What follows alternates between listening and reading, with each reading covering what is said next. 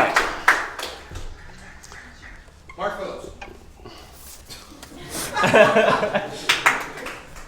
All right, so we're going to start with a little song about nostalgia, the phenomenon of wanting someone else to be nostalgic about you, really, which is kind of strange.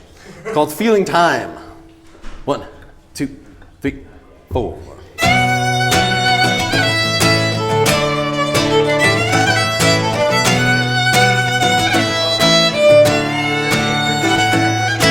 Hey ho, watch you go, hit my memory with a passing glow, changing what I think I don't know for you. Fine fade, passing time, steal my senses with a glossy grind, drawn in full and resting my mind on you.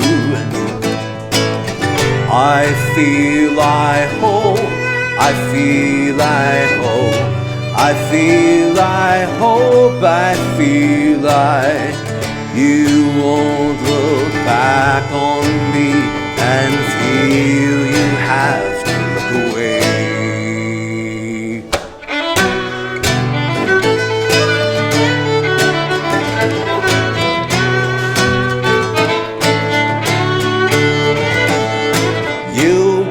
I was mine, come off empty with an ass in line. Maybe the years will take off the shine from you. Love, loss, after-touch, pray the premise won't amount to much. Pretty darn free but left in the clutch. Oh, you. I feel I hope, I feel I hope, I feel I hope, I feel you won't look back on me and crack on me and fade out into black on me and wither into fact on me and feel you have to look away.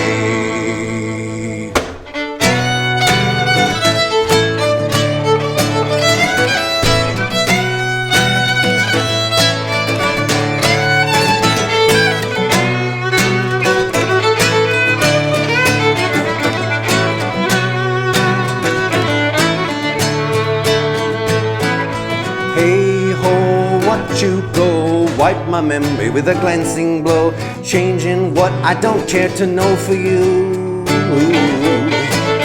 I feel I hope, I feel I hope, I feel I hope, I feel I hope, I feel I hope, I feel I hope, I feel I hope.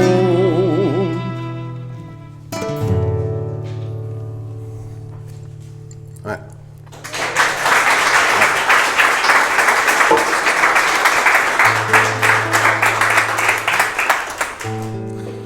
So that's not actually hoping, it's feeling like maybe you hope. This is called Find You Out, because we are all fakers in some degree, to some extent. And they're gonna find out. They're gonna find you out. They're gonna find you out. They're gonna find you out. They're gonna find you out. You built it, they bought it, so flawed and contradictory, but they don't know the half of it. You hope they never will. You willed it, you want it, a part of you embraces. What stands out upon your face is just the tip of your nose. Though you want to clear yourself out so you're fit to be seen, you think it's much too late for that and you can never be clean. They're gonna find you out. They're gonna find you out. They're gonna find you out. They're gonna find you out. You did it, you done it, you went and followed through, and now it's seeping right through you, and it cannot be denied. You use it, you ooze it, your inner core will choose it, and you're never gonna lose it, cause it's gotten inside. Though you want to clear yourself out so you're fit to be seen, you think it's much too late for that, and you can never be clean. You're gonna find They're gonna find you out. They're gonna find you out. They're gonna find you out. They're gonna find you out. They're gonna find you out. They're gonna find you out. They're gonna find you out. You're hiding in the open, you hold in place to not be seen. You choose your words so carefully, one slip and you'll die. You're in it, you own it, this trip. You've come along, unclench your lips to hum a song and quiet each muted cry. Though you'd like to open up to someone, share it around. You've got to keep on missing, you can never be found. They're gonna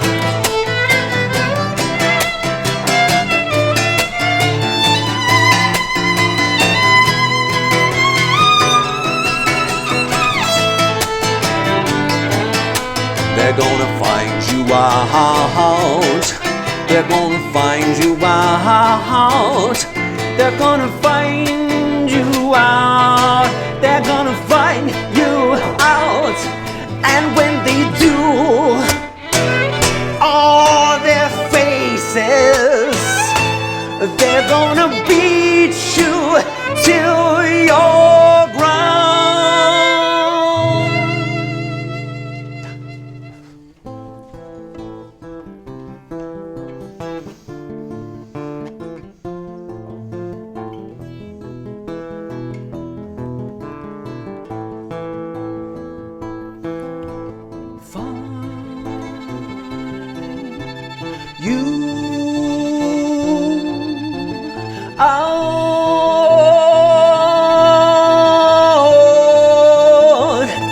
They're gonna find you out. They're gonna find you out. They're gonna find you.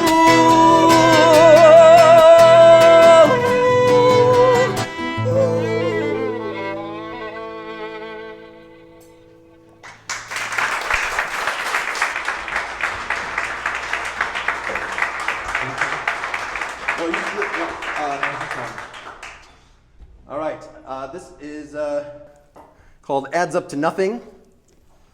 It's about how other people just won't do what you want.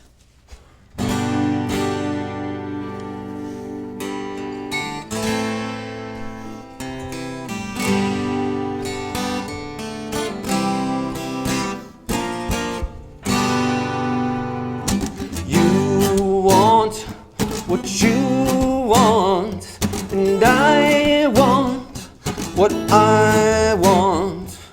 You want your wants, but I want your wants, and it all adds up to nothing. All adds up to nothing. You need what you need, but I need what you need. You want what you need, but I need a kind of need that you wouldn't believe in if I spelled it out in blood, that you couldn't believe in if it caused a flood. But it all adds up to nothing. All adds up to nothing. Well, it all adds up to nothing. All adds up to nothing.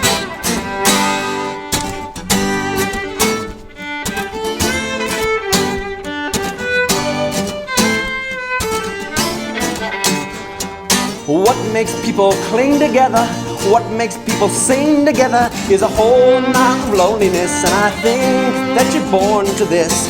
It takes different eyes to see that. Something makes us rise to be that whole for yourself. Be enough for yourself. And it all adds up to nothing. All adds up to nothing. Well, it all adds up to nothing. All adds up to nothing.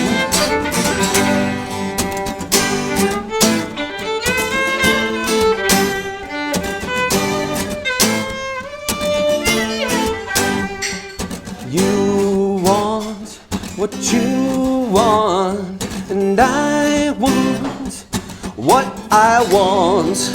Your wants don't add up, but I've got to just shut up.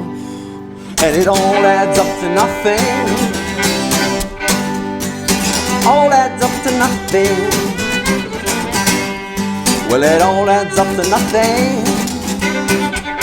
It all adds up to nothing.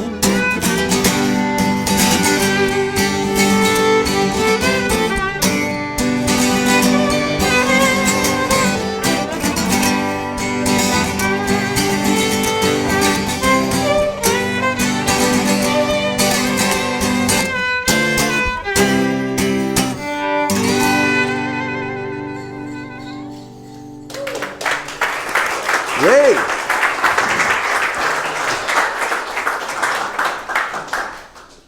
Ray, I hate your violin. Please play cajon for the next song instead.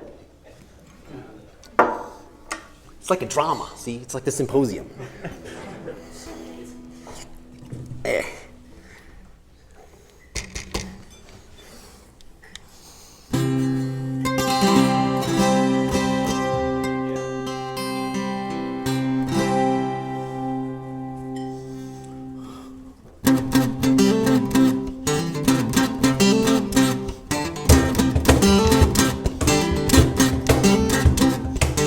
I don't know how to fix myself so I can work like you want me to work. I try to keep you at the top of my mind, but my mind is no top. I bottom out again.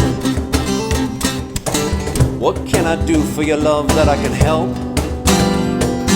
I would die for your love, but that wouldn't help. I can't believe it would be any easy for you if I took all my problems and just stayed away from you.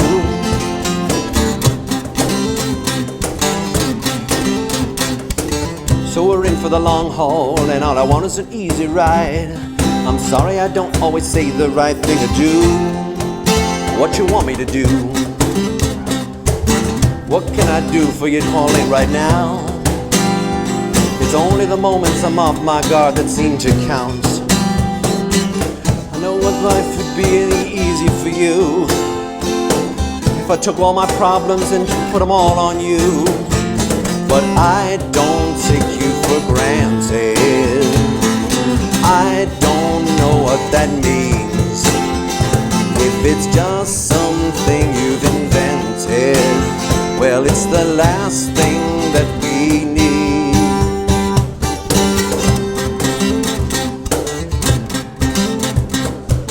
I don't know if I can fix myself, so I work like you want me to work. I can make the middle gestures, but my face will give away that it's me. I'll be here for you, darling, this moment, this minute, right now. It's only the moments I'm off my guard that seem to count. I know a lifetime of moments is harder than a man of less than steady hands could give, but I'll give you this one and the next, and maybe you can adjust your expectations, because I don't take you for granted. I don't know what that means. If it's just something you've invented, it's got us bursting at the seams. So please, please give me some credit, even if it's more than I deserved. I'm dished in for the long course, and it's all that I can serve. So give me 7 more chances, give me 60 more years to prove I'm into your dances, and to show you I can feel you.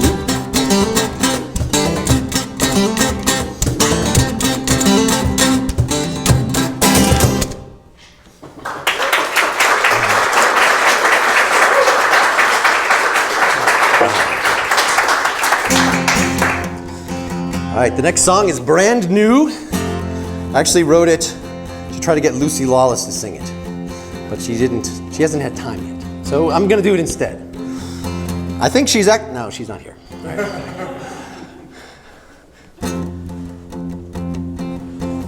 In place of a soul, I've got tendency. Gotta lean in, I got energy. Well, I push headlong into a tumbling world of my own. Well, I don't know what I am driving. I am pressing the keys. I am using what's left of my periphery. I am forward, essentially.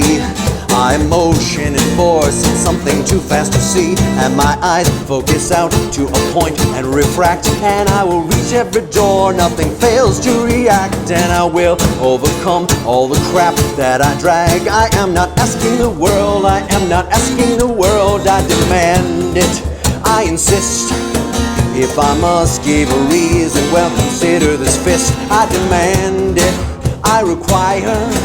You mistake what I make and all the love I inspire. In place of a soul, I got irony. In the space of a conscience, a rock. In this piece, my belief is a 15-ton truck. If I hold out my hand, you will shiver, you'll shiver. I am driving, I am pressing it down. If I fly at this speed, I will be sleeping around. I am forward, I am all the way. I'm a mistake of the future, will all be someday. And my eyes focus out to a point and refract. And I will pierce every door, nothing fails to react. And I will overcome all the crap that I drag. I am not asking the world, I am not asking the world. I demand it, I insist. If I must give a reason, well, consider this fist. I demand it, I require. You mistake what I make and all the love I inspire. Don't be put out a fool to cover yourself in drool. I'm a person, and not a force of nature. Don't be one of those guys who puts feed in his mouth. I am lonely and done, I won't save you, won't save you.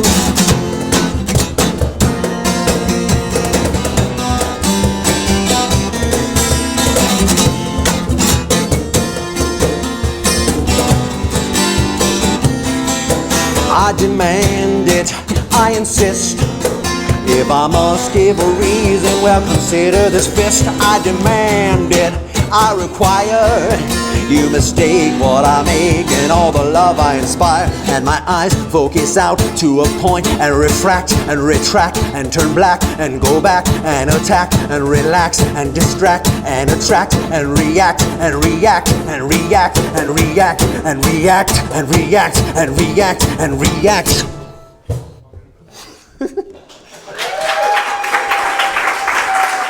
One more. Ray, I like your violin playing better than your cajon. Go do that. Everybody likes Ray's violin playing. Come on.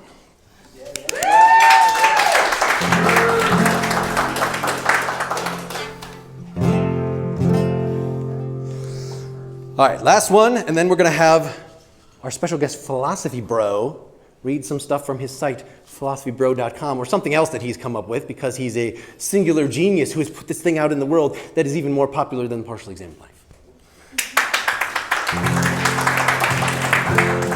So get up there while we're singing. All right. This is called, it's a song about ontology. Nothing in this world but you.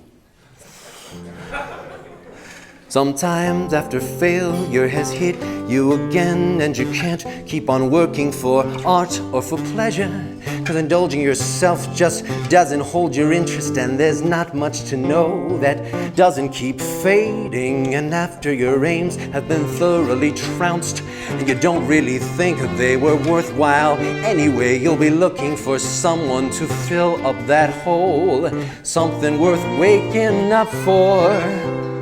Do what I do, praise be to you. I live only for love enduring. There's nothing in this world but you, nothing in my world but you. I'm betting all my energy that you won't be wrong for me. There's nothing in this world but you, nothing left but me and you. Nothing left to motivate or even to make me real. I don't think you'll go for posterity. It's not worth it. It's not worth it. I don't think you'll put all your stakes on your friends, though that's a little closer to the heart. I know you can't stomach some Jesus or goddess, and immersion in politics is like dining with idiots, something that can't be kept up long. I know you want money, but not that much. I know you can't feel with a casual touch. You got no addictions I know of, so baby, please consider me. After the madness of now goes away, whatever you do and whenever you pray, and even if you never feel as crummy as I often do what I do, praise be to you. I live only for love endearing. There's nothing in this world but you. Nothing in this world but you. I'm betting all my energy that you won't be wrong for me. There's nothing in this world but you. Nothing left but me and you. Nothing left to motivate or even to make me real. Ow, ow, ow, ow, ow, ow.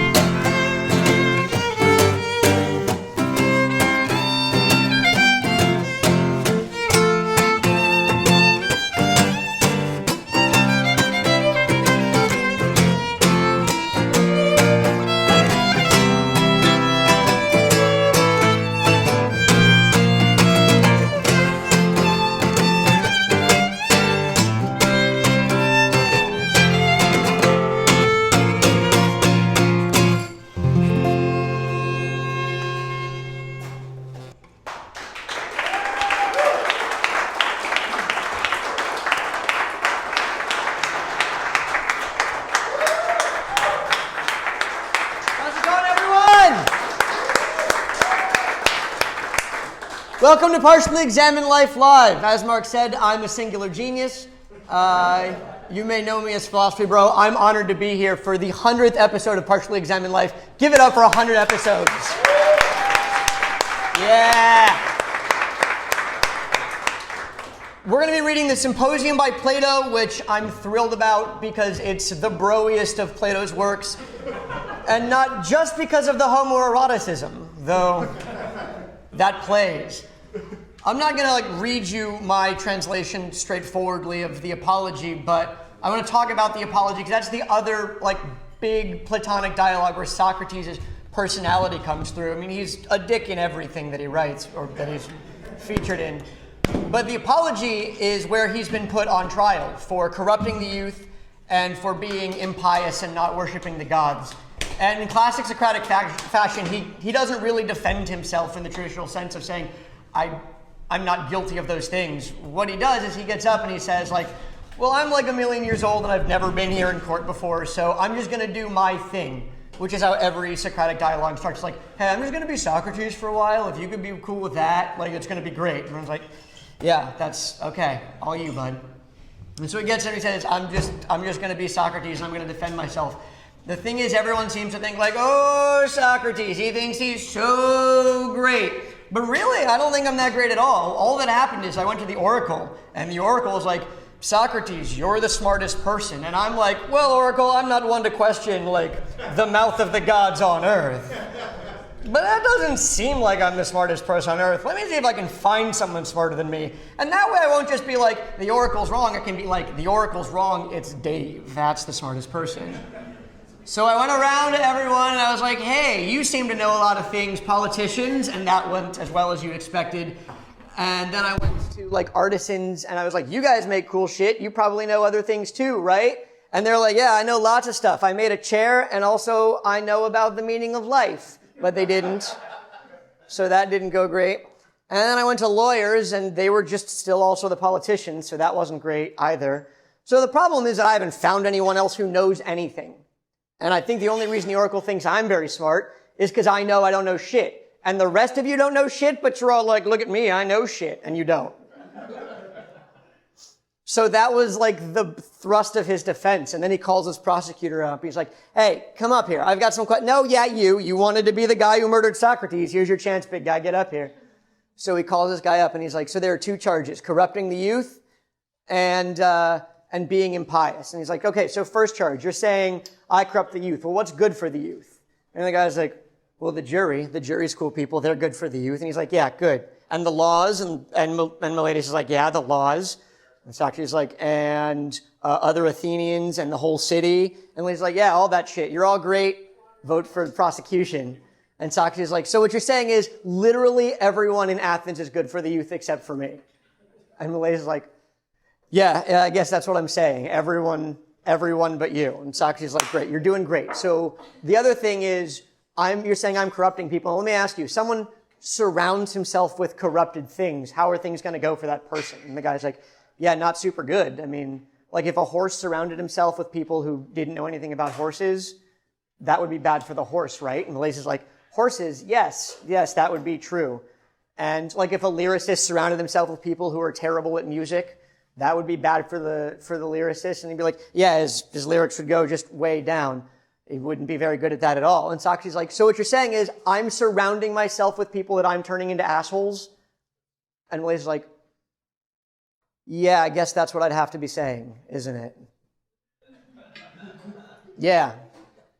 And Socrates is like, but you know that'd be bad for me, right? And Miletus is like, yeah, I don't know why you're doing it either. I don't know why you're putting assholes everywhere, but you totally are. And then the last one is the charge of impiousness. And Socrates is like, so you're saying I don't believe in gods, right? But I believe in other spiritual things? And Miletus is like, yes, yeah, this is the big one that I'm going for. This is what I want the death penalty for. You don't believe in the gods, you believe in other spiritual shit. And Socrates, he does this thing where like he just says a definition, and because whoever he's talking to can't come up with a better definition, they're like, fucking yeah, let's go with your thing, Socrates. And Socrates is like, so your spirits, right? They would have to be either the gods or children of gods, right?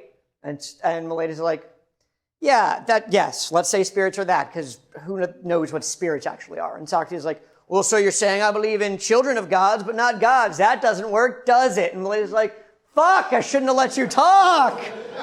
Oh, you've gotten 180 on me. And then Socrates is like, he makes him sit down and he says, so people ask me like, why didn't you just apologize? And he's like, because fuck that. I am doing what I think is the right thing to do. I'm just going to do me. And all I can do is me.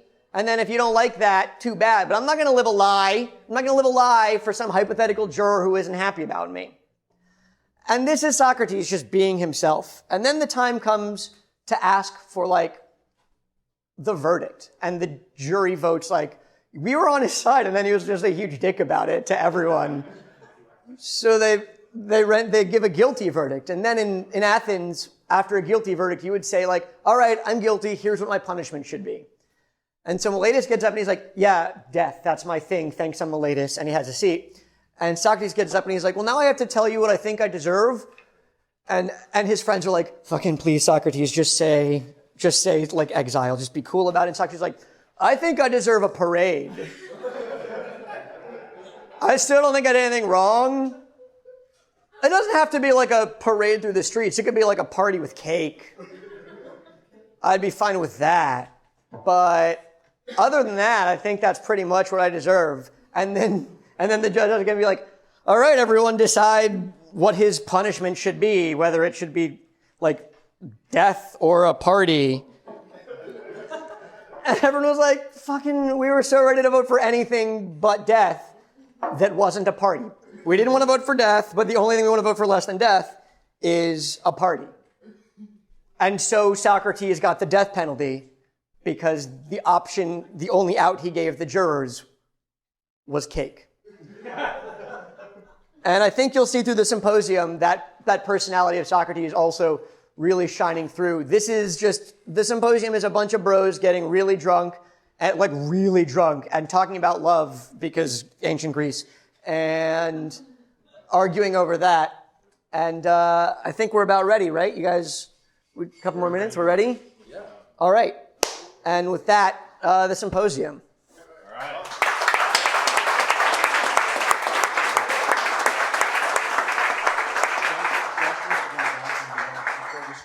Making sure things up. Are we all good?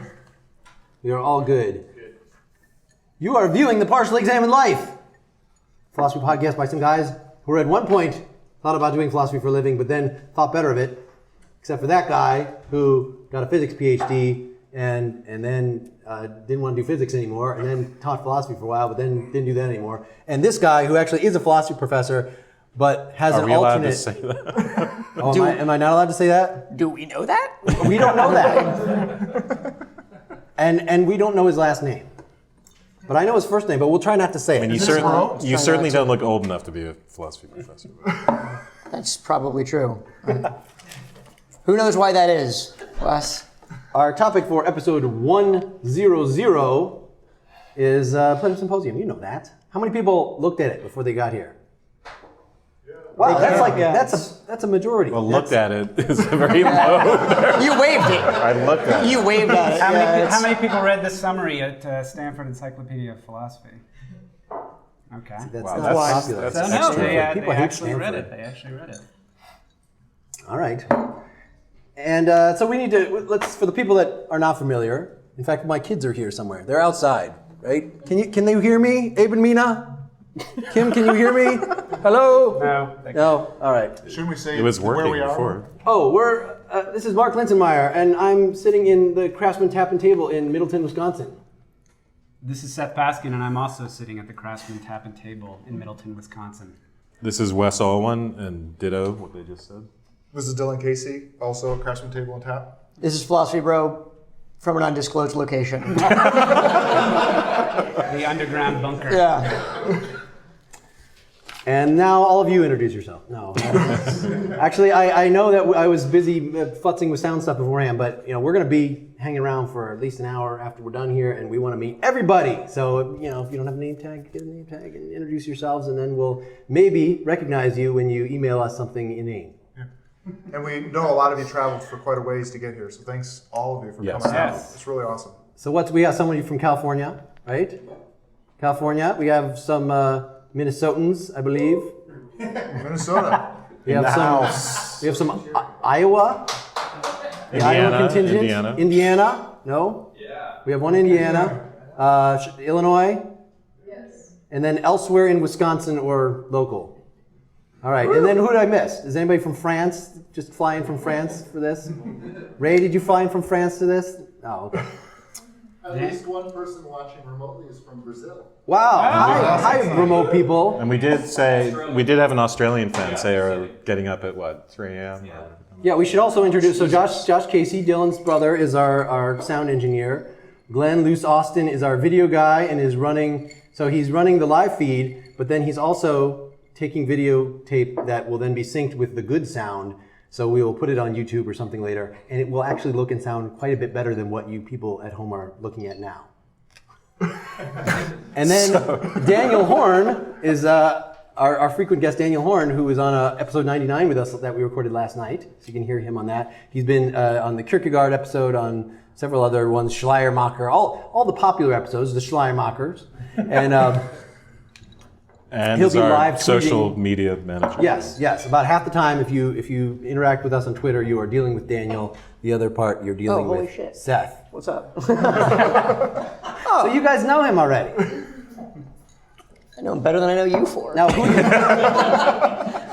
the people you don't know so well are people like Phaedrus and Pausanias. So we each turn it around. So now we're not going to play act this. This is not one of those kind of things. But we did feel, so this is a long dialogue, and it's not the typical Socratic dialogue where it's just Socrates and a bunch of dumbasses who say yes Socrates, yes Socrates. It's at a drinking party, and they're taking turns giving. Most of you know this. You've read the freaking thing, but for the people listening, this will eventually get posted for the rest of the world. So they're having a drinking party. They're supposed to give speeches in praise of Eros. And Eros. Well, why are they there though? They're there to drink. They're there for a party for celebrate Agathon because Agathon. Agathon won the competition for the best play. See, Agathon's always calling attention to himself. So, and it's actually the second night of this party. So the night before, they had a huge party. Everybody got completely drunk. And one of the features of these drinking parties is that people would drink unto extreme excess. And they would challenge each other to drink. It was basically a fraternity party. And Toga party. a toga party. And they all agree that they've had too much to drink the night before. And they cannot stand to drink as much as they did the night before. So they're not going to force each other to drink. They're only going to drink as much as they feel like drinking. And then... Like that's an advance. Which is always a recipe for sobriety and moderation. And then, and Socrates was not there the night before. He decided to stay away, but he felt compelled to come on the second night. And the other thing about the beginning of this dialogue is the whole dialogue is told from the point of view of someone telling Apollodorus, talking to Apollodorus, who we don't know who this person is. Maybe it's Glaucon. We're not sure that it is. Name drop. Huh? Name drop. There are rules. There are no rules. There are no rules today. I apologize. There are no rules today. Do you guys want... The rules are no. That doesn't matter. We don't know who the guy is, but the point is that There's a frame. There's a frame for the dialogue in that some of the dialogues start off clearly being in the third person, but this one starts off in the first person, and that person is relating a story that was told to him by the person that went with Socrates. Who heard it from his, I think it was a dream that his dog had, something like that. Because the dog was there. Who heard it from the lute girl. So it's extreme hearsay, which is Yes, it's extreme. It's extreme hearsay, and so instead of drinking all night and just getting completely drunk and the lute girls and the whole 9 yards, they decide that they're going to just hang out and they need to have something to occupy themselves. And Phaedrus decides, well, why don't we have speeches to praise the god that never gets praised, which is Eros, the god of love. Except, so Eros, I had read that it's appetite, really. And in fact, it was used, not too far in the past compared to these characters, as just even appetite for food. And so it's really... But it's also appetite for what you expect it's appetite right. for. Well, so by this time, it really, the meaning had gotten focused on, but it's very visceral. It's you see something beautiful and you want it. So that's what Eros is, so that's a little different than Aphrodite. So there's questions, and one of the it's ambiguities cupidity here, or Cupid. Yes, yeah, Cupid. So there's no talk of arrows and little babies flying around, right? No, that's later on.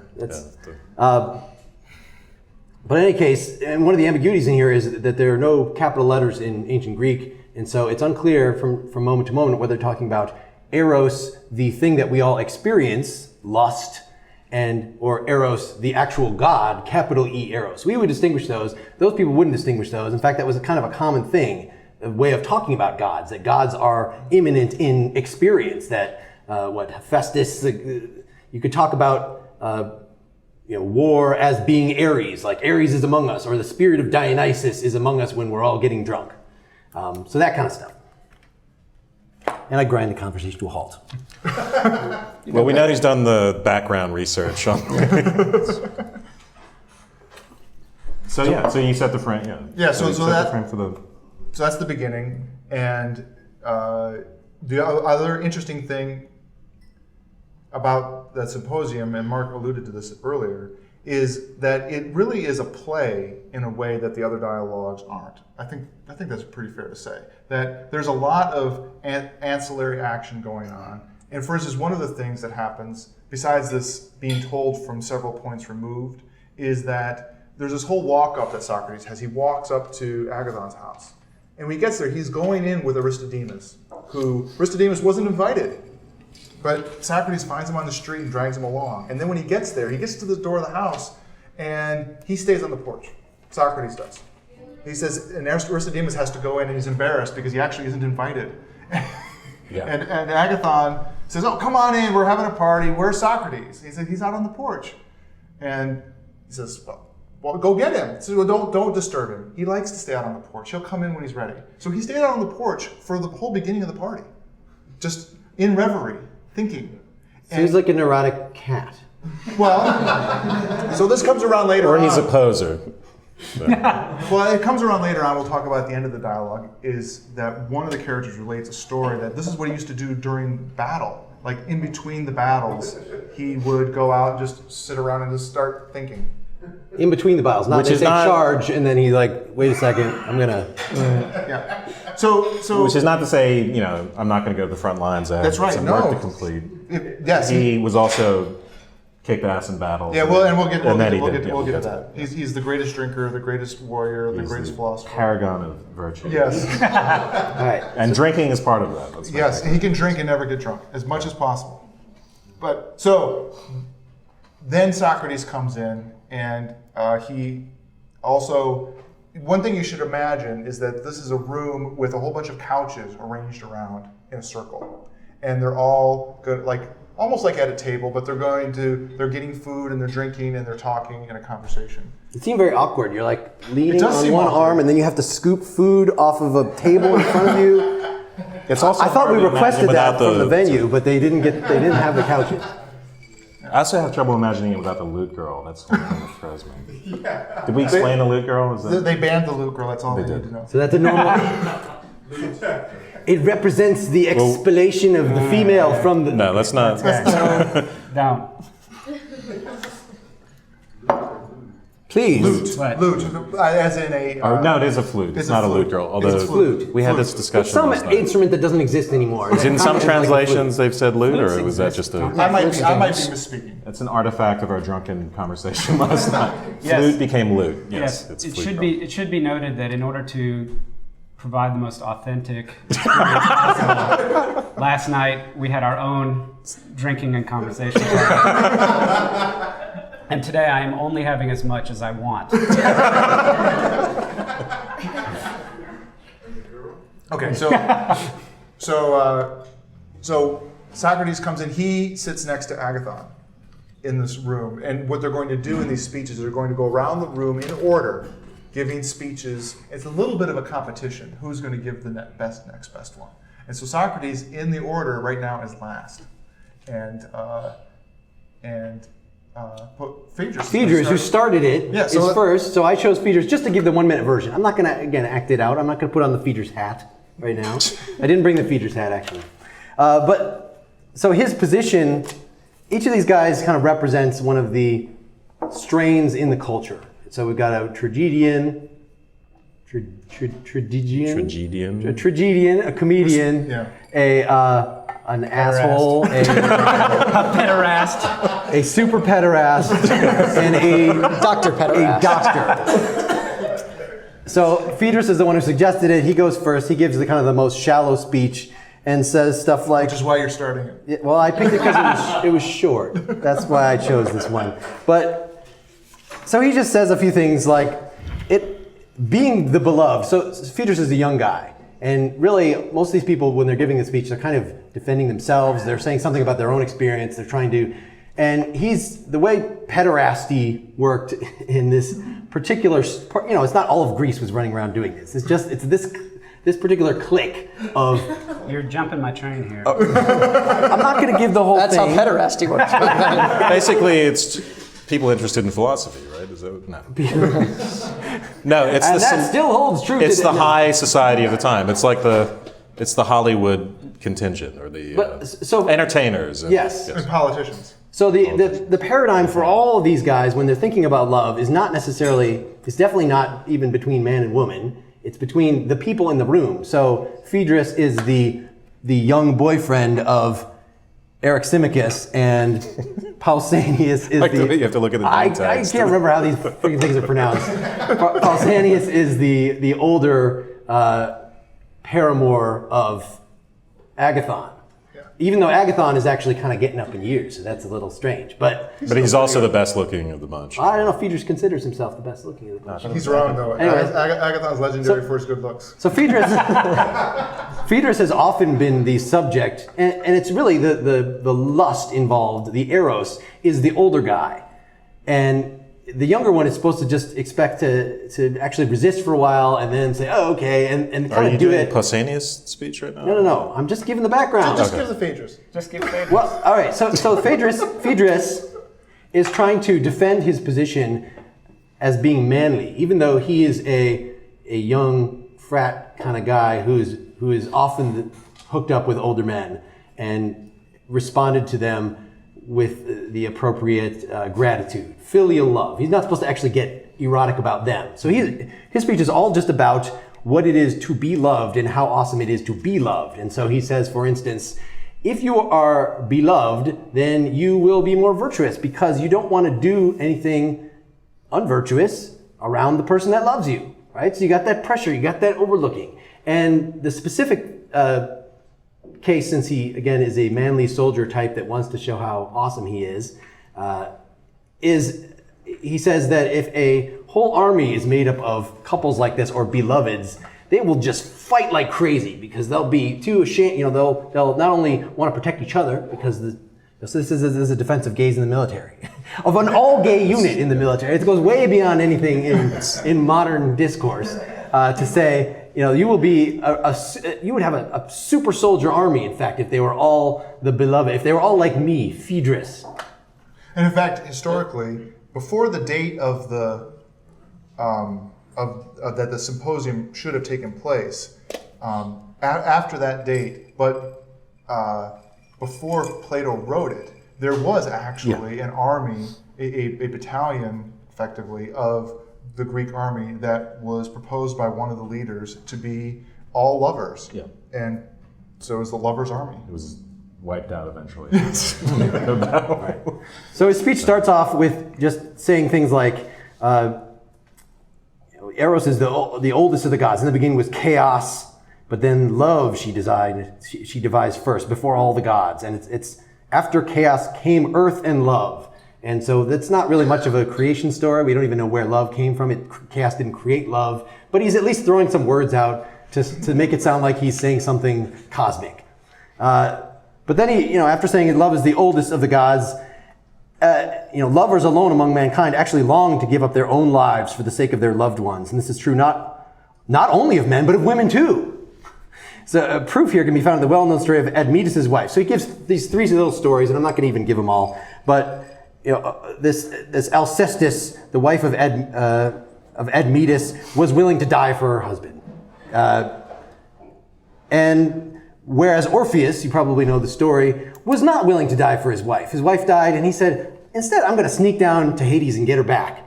And that seems like a pretty awesome thing to try to do to me. But Phaedrus thinks that's the coward's way. Don't do the coward's way and sneak into Hades. You should actually just die, and then you can go to Hades and just be with her. Come on. And then the most important story here is Achilles, which even though it doesn't, in Homer's version of the Achilles story, it's not obvious that, so Achilles, his Patroclus, one of his co-fighters, is killed, and there's a prophecy that says, hey, Achilles, if you go avenge Patroclus, you're going to die too. But Achilles, he was beloved by Patroclus, so he was awesome, and he went out and he took revenge, killed Hector, even though he was going to get killed. And so that shows that being beloved makes you super brave. But apparently it was some other source that actually made it so that Patroclus was the older lover of Achilles, and he even, Phaedrus even wants to, is disputing some of the textual. Well, one of these places says Achilles was older, but that clearly, no, Achilles was the young, awesome one, and he was the beloved. And so, as I said before, it's usually the lover, the older one, who's the one who gets all crazy because of Eros. So for a beloved to actually go and give your life for your lover that by tradition you're really only supposed to be kind of grateful for and kind of yield to their demands and take their college recommendation essays and your job references and the other things like that. But Achilles was that awesome, and so am I, Phaedrus. Anything else about I think I think what's interesting, the way this begins, if you're going to praise love, I think it's interesting that we start off with something that might be counterintuitive to the contemporary era, which is to say, love makes us virtuous. This is the avenue that we're going to go down. Mm-hmm. We might be more used to something more akin to Aristophanes' speech, where we get some idea of a romantic conception of love. It's something we want and we need, and which will make us happy. And in the case of Phaedrus, being love makes you virtuous. It's a little bit like the panopticon, right? And that the gaze of your lover will make you want to do good things. Yeah, and I think there are two elements of that we should keep in mind going forward. And one thing Phaedrus talks about is shame.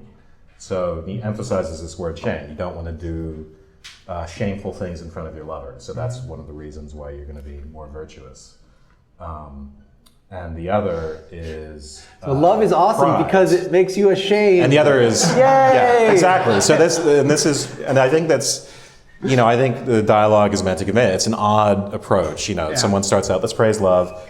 Okay, let's talk about shame. And then the other thing he talks about is pride. So there's sort of a negative side and a positive side to it. The shame side is the kinds of things you want to avoid doing to avoid seeming disgraceful to your lover. And then the other is the more positive side of I want to do great things. And then, towards the end of his speech, he gets towards self-sacrifice, which is really just one species of pride and doing great things to impress people. So this is all about recognition of the other. We could go back to our Hegel and our Lacan episodes. Right. No, we're not going to do that. No, we're going to give little intimations so people can go to those episodes and Hegel. Think about those connections. But this is about, as you said, the gaze, right? Yep. The gaze of the other.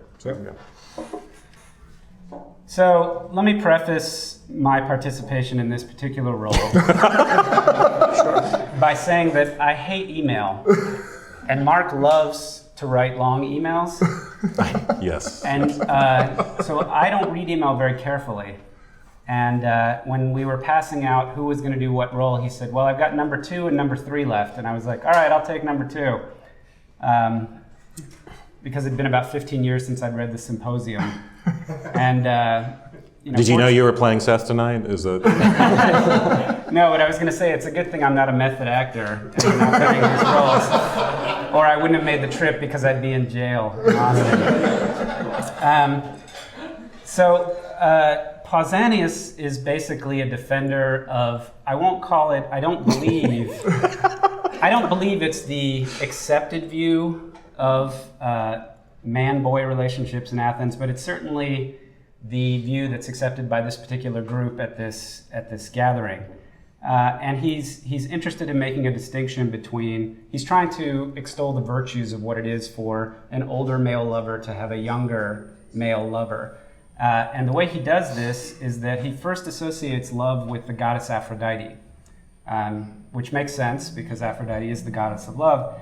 And Aphrodite has 2 aspects. So those of you who are familiar with the way Greek gods work, they manifest themselves in the world oftentimes under different kinds of aspects. And Aphrodite has 2. One is Urania, it's the daughter of Uranus, who is the heavenly aspect of Aphrodite.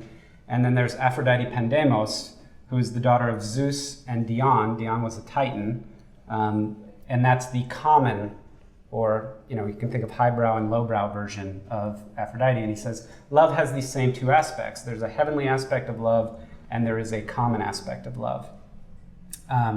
And he sets that up first to then say, which I think something that's interesting, but it's kind of a side note in his speech, which is that no particular action in itself is good or bad.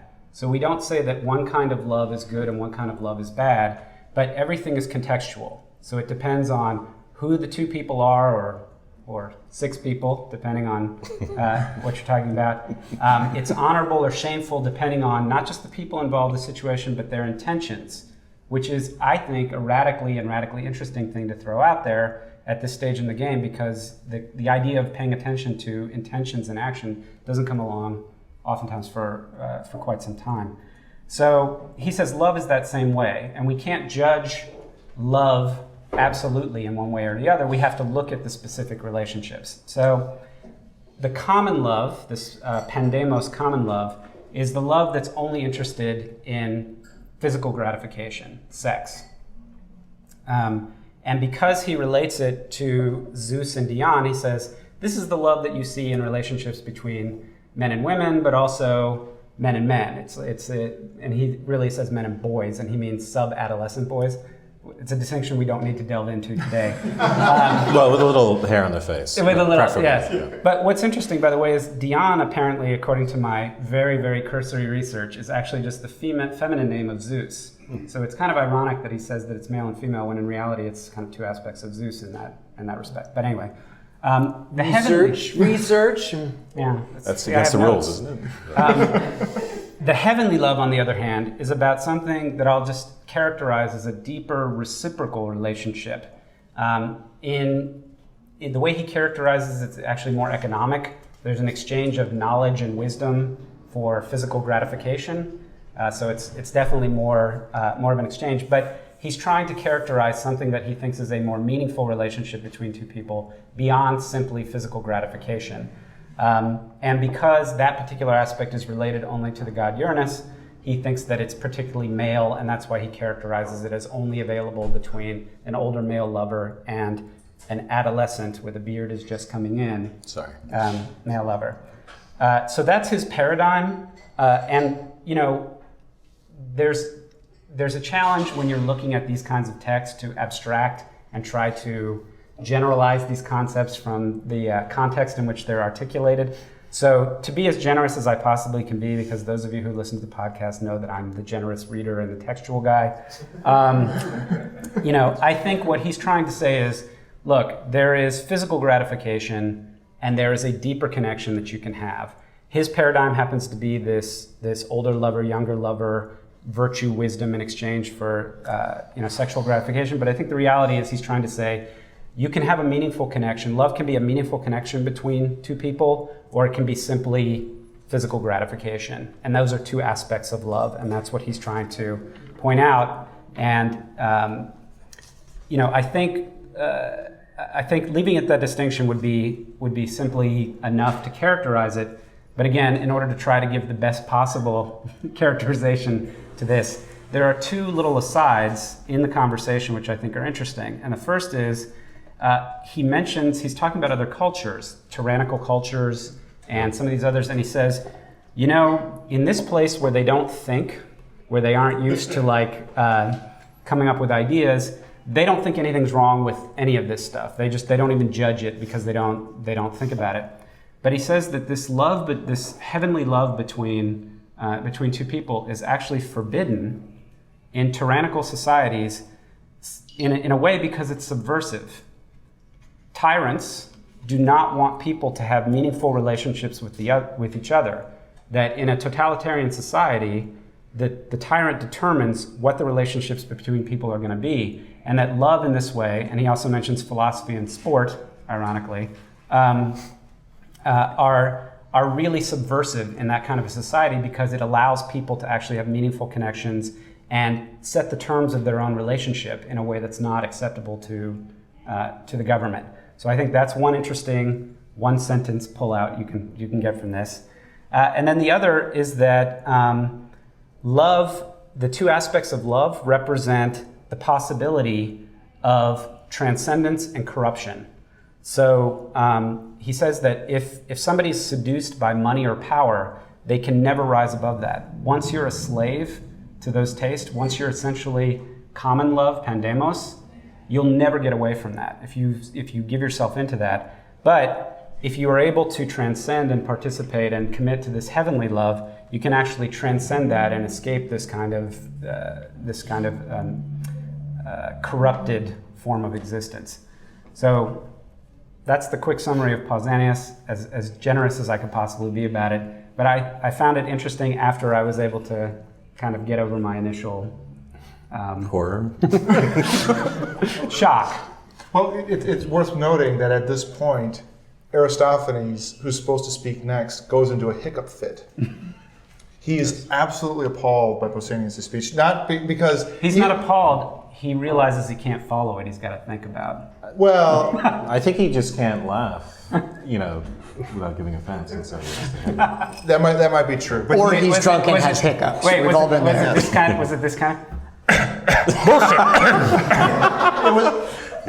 yes, and that's the translation of the Greek Yeah, word that's for. the Greek. Yes. Was that capital or lowercase? I don't know.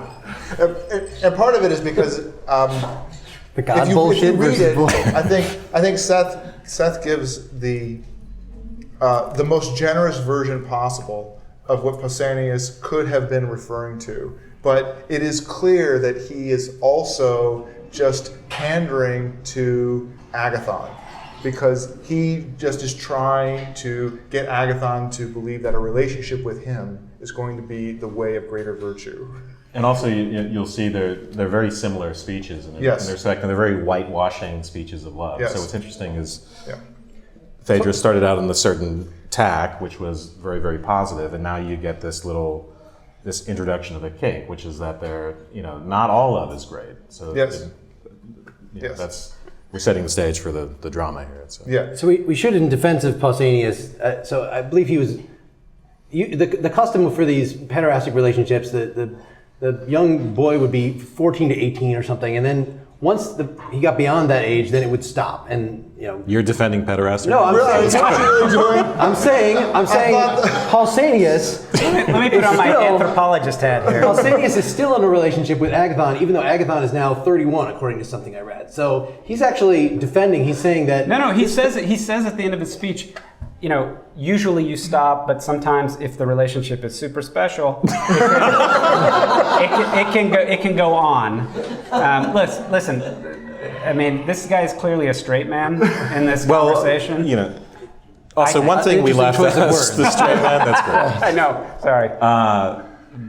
But one thing, I don't know, I might have forgot if you touched on this, but he goes into the required evasiveness of the beloved. Yeah. So it's, it sounds more like a game in some sense, where despite the fact that there's this, so the beloved should resist the advances of the lover, and there are only certain circumstances under which he should give in. And those are sort of educational circumstances. Yeah. He can gain in virtue. So this is still about how, tangentially about how love can make us more virtuous. But in this case, it's the More of an possibility of an exchange. education by an elder, which makes it worth suffering their sexual harassment. Yeah, no, you're right, and I mean, I didn't go into all those details because it seems to me that that's not material to the philosophical points that are being made as much as kind of the culture, kind of trying to justify the cultural conditions. But the idea is that there's this role to play, and it's important that the beloved, the younger lover, first of all, the families are supposed to be against this. It's, in a certain sense, it's against the societal norms. And so part of it is that the younger lover has to overcome the resistance of those social norms to then even be willing to try to entertain this. And then that dance becomes a resistance where they refuse to give in, and then eventually they give in, but only after they've extracted the wisdom or the appropriate. They have to verify that the lover, the older male, is actually there for good intentions. And this goes back to what I was saying about him putting the context around.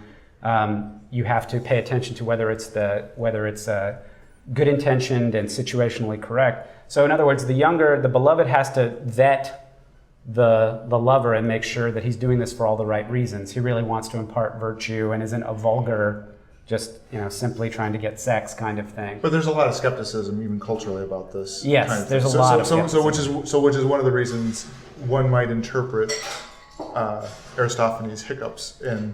Yeah. Anyway, But I think the interesting thing is we're still talking about. It seems like Pausanias has deviated from the love is great because it makes us virtuous, but he really does come back to that at the end. Yeah. But it's a different idea of how love instills virtue. In the first speech, it's about being ashamed or prideful.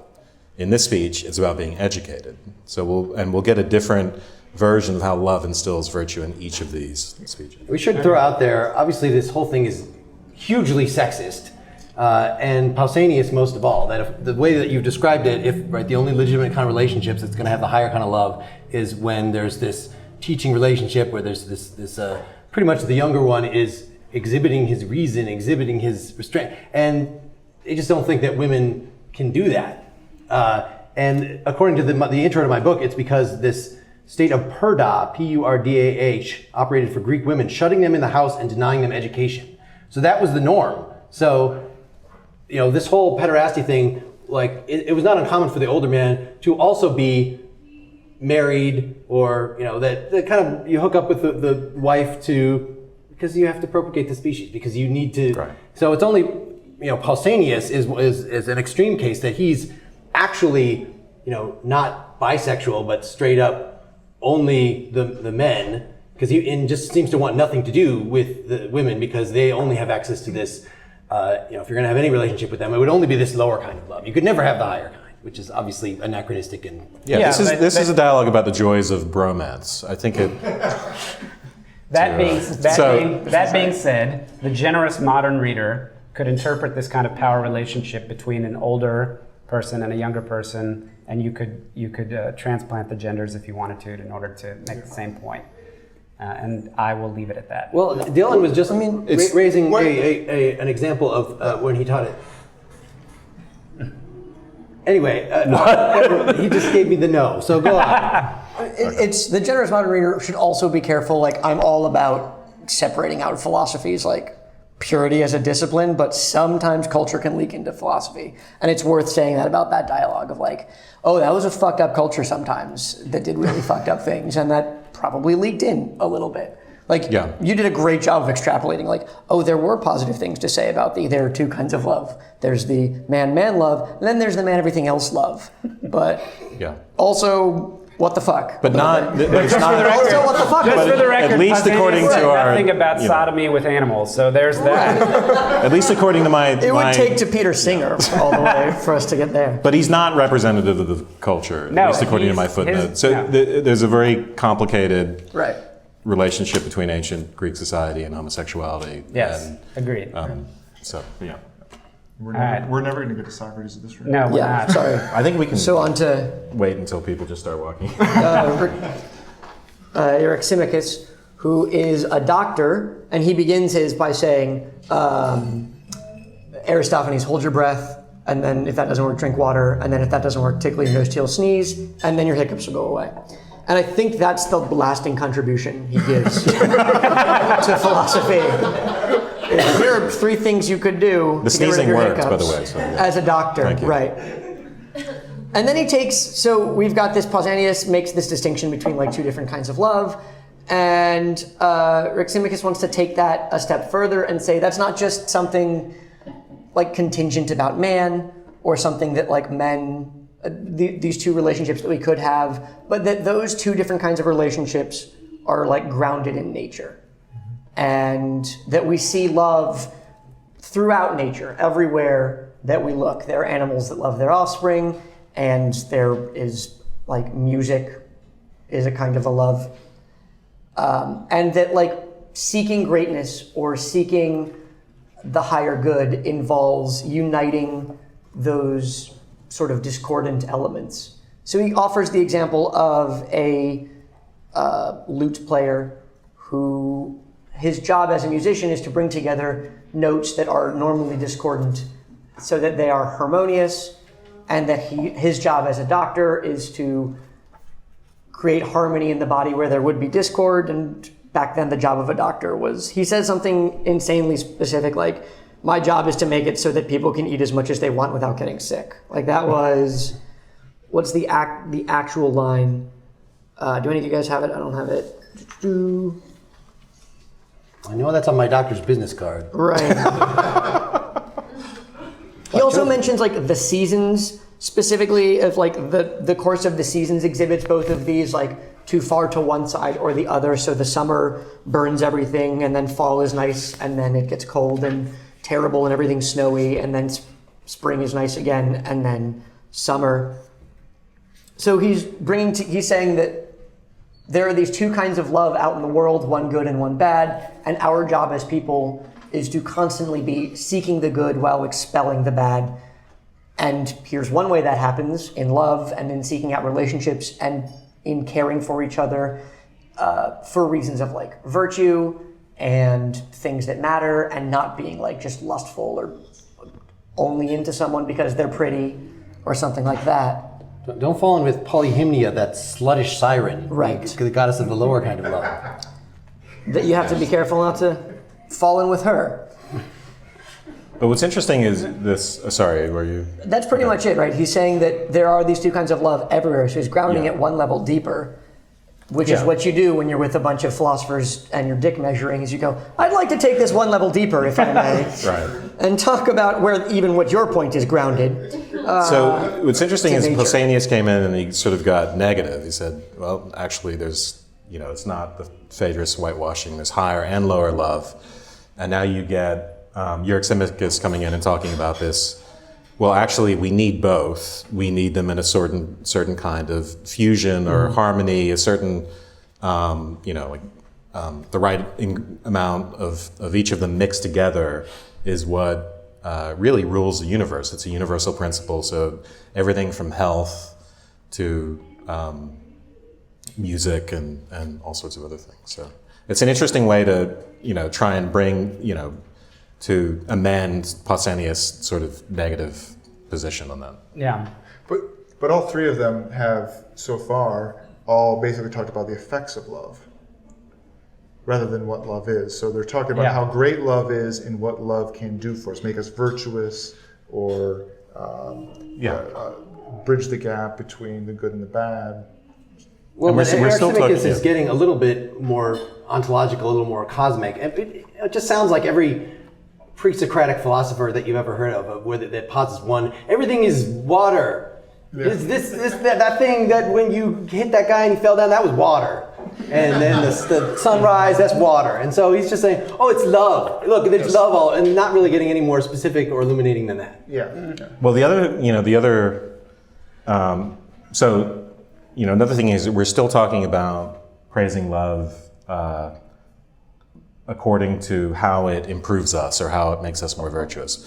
He's a doctor. He's taking the tack of it makes us healthier, and it makes farming better, and so on and so forth. It's sort of a principle that even sort of poetry and music, and we expect all the other arts, love is it's making stuff with love is how you do excellent work. So, but the other element here is he introduces this theme. He's the first one to talk about religion. So we're also, when we're thinking about love, we're also thinking about the relationship to the divine.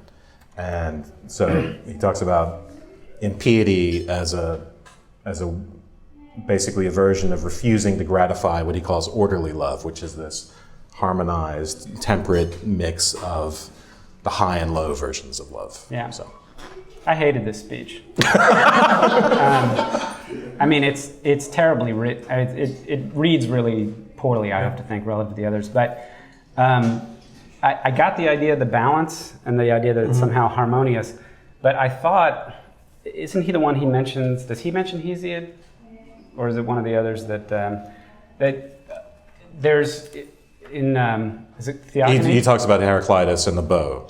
Is that what you're thinking about? He talks about totally messes it up. Which is, well, but which is an important foreshadowing of Socrates. By the way, this really is the first speech, which is not static but dynamic. Yeah. He's talking about mixture and tension and things the first two speeches don't talk about, and he's really setting the stage for Socrates in the way the other speeches don't. But, so I didn't do the secondary research to validate my 25-year-old memories of reading Hesiod, but what I remember... he talks about both, yeah. Yeah, what I remember is that Hesiod tells the story of how there's sort of essentially the earth god, right, and the sky god, but they're static entities. There's no interaction, they're just kind of... And it takes Eros to create that dynamic action between the two. And so I thought that's kind of the direction he was going to go originally, that he's really describing its balance, but it's the balance of that tension, which is really a dynamic force that makes things happen. Without Eros, without some kind of dynamic tension, there's really just static beings that don't really interact with each other. This is why I thought you would actually like this speech. This idea of temperance and balance. Phaedrus loved good, and then Pausanias, good or bad, right? And then no, we're going to compromise. We're going to mix them together. Yeah. So, I just didn't like the way it was written or spoken. Sorry, no offense. Not me. He's been dead way longer than I have, which is none. Got away from it. Anyways, it's fine. It's fine. Okay. Onward. The first good one. I did jump on this speech, and I did feel a little guilty about it when Mark asked who wants to take Aristotle. He picked the first one. We decided to divide up the speeches. And I just jumped in, and I'll take the best one. And this is such a famous part of the dialogue that I'd never actually read this before, this time, strangely, but I thought that was Plato's view, was this thing that you're about to talk about. Because it's he the does, thing that really sticks as we'll see, he does serve as an integrator of all the different views. Okay, so Aristophanes' speech. So the sneezing worked, right? Was it the sneezing that worked? Yeah, Eryximachus actually means belch fighter. Really? Okay. Yes. Belch fighter. The name sounds cooler than what it means. Think of an application of that knowledge for your lives in the next 2 years. It's Dr. Belchfighter, but that's it's fine. It couldn't possibly matter. Once your hiccups are gone, you can talk about the sort of things Aristophanes talks about, so he tells a really arguably funny and bizarre sort of tale about the origins of love. And the idea is that this is why I wanted to mention Eryximachus and the sort of introduction of the idea of the relationship to the gods, because Aristophanes is actually pivoting off that, and he will talk about early human beings and a rebellion against the gods, and an attempt on the gods, which I'm not sure exactly what that means, but I imagine them sort of running up the hill or tumbling with machine guns trying to take over Olympus. But right? it's a myth. He's not trying to actually say this is the history. He's trying to give an elucidating. I thought that went without saying, but yeah, that's. What are you talking about? He's not trying to give a history of the human race in this. So human beings are, in the beginning, sort of like Siamese twins. They're joined together at what initially seems like the back, but it will turn out to be the front. And it can be male-male, it can be male-female, it can be female-female. And so they move around by sort of rolling, right? Or they have 4 arms and 4 legs. Yeah. And so each human being has 4 arms and 4 legs, and they... and not at all freaky. But he talks about so even though they seem ridiculous and absurd, he talks about their strength and their ambition, which makes me think of the first speech, where ambition and pride are sort of motivators. So the gods, so they make an attempt on the gods, and the gods punish them by dividing them in 2. Zeus in particular. Sorry? Zeus in particular. Yeah. Okay, so Zeus cuts them in 2. And so now we have regular bipedal initially we don't have regular bipedal human beings. We have human beings who are their heads are still turned around in the opposite direction, and so are their genitals. And they throw themselves on each other, but they have no way of really mating or joining, and so they're sort of dying in droves. So you get this image of these people who are sort of tragically attracted to each other, but there's no way to have a sexual liaison. And then Zeus remedy, is that right? No, that's exactly right. But I was just going to that their source of wanting, that they were one being and they've been cleaved from one another, and so they more than anything else just want to be back together. They were once whole, and they tried to overthrow the gods, and the way to prevent that from happening, Zeus divides and conquers. Yeah. So love on this account is an attempt to heal an original wound. This is the way Aristophanes talks about it, as a wound that must be healed by joining back together. And so Zeus arranges things so people can actually copulate. And so the different, the original different, couplings of male and female or male-male that explains homosexuality and lesbianism and heterosexuality, because we're all just trying to find our other original half. But I think one of the important things to take away from Aristophanes' speech is, towards the end, is it's not really, so sex is not really about sex. He says something like, so no one would turn down the chance to be made whole again. Sex isn't about sex, it's about this merger, it's about this being completed by the other half. And the other thing I think we should keep in mind is that he thinks of love as this sort of replacement. So whatever it is whatever sort of aspirations we had to be godlike, or our hubristic aspirations or ambitious nature, love is a sort of compensation. Love is what we get because we don't get to be gods. Instead, we get to find our other halves and have happiness that way. So it's a kind of compensation. So he says true love is the reward for reverence of the gods, where part of reverence means not attacking them. So. Yeah. That description of having the genitals pointed the other way and not being able to fulfill your sexual desire is an excellent description of my adolescence.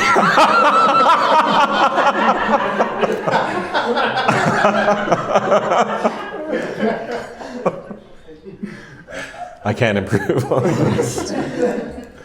That kid's got his dick on backwards, I tell you. I believe as an important bit of foreshadowing that the reproductive aspect of sex is something that is just granted by the gods. It's not part of the what you actually want. You want to merge, you don't want to... It's really, it's strange in a way. And in a way it's true to the psychology, which is lust and wanting to join another person. But it's strange that he leaves out children. So this is one obvious way that Socrates will be able to remedy this account by saying, actually, there's a reproductive element to people getting together. That's the main one. Well, I thought they both acknowledged it, but it was Aristophanes said that it's sort of externally imposed. The people were dying out, so they moved the genitals around, made them mate, and added this reproductive thing to mating.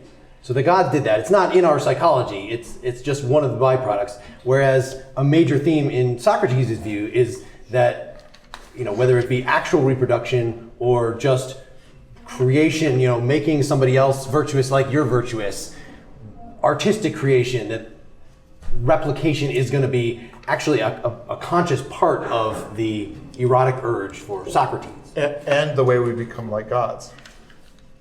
Right, immortality. So we'll get to that. Yeah. Okay. Okay, so before we get the next speech, Aristophanes gives his speech, and then it comes around to Agathon. And it's worth noting that in between each of these speeches, there's little asides with respect to the rest of the audience and the participants. So we had the belching and the fighting, belch fighting, and the nose tickling. They raised the scorecards. Yep. So Socrates, after Aristophanes' speech, begins to complain about how good the speeches are, how can he possibly follow them up, and he's really nervous about Agathon's speech. And so Agathon goes and gives a speech, and remember, Agathon's the host of the party. He likes himself, and he's a good-looking guy. He's a good-looking guy, and he's just won the competition. He's the talk of the town.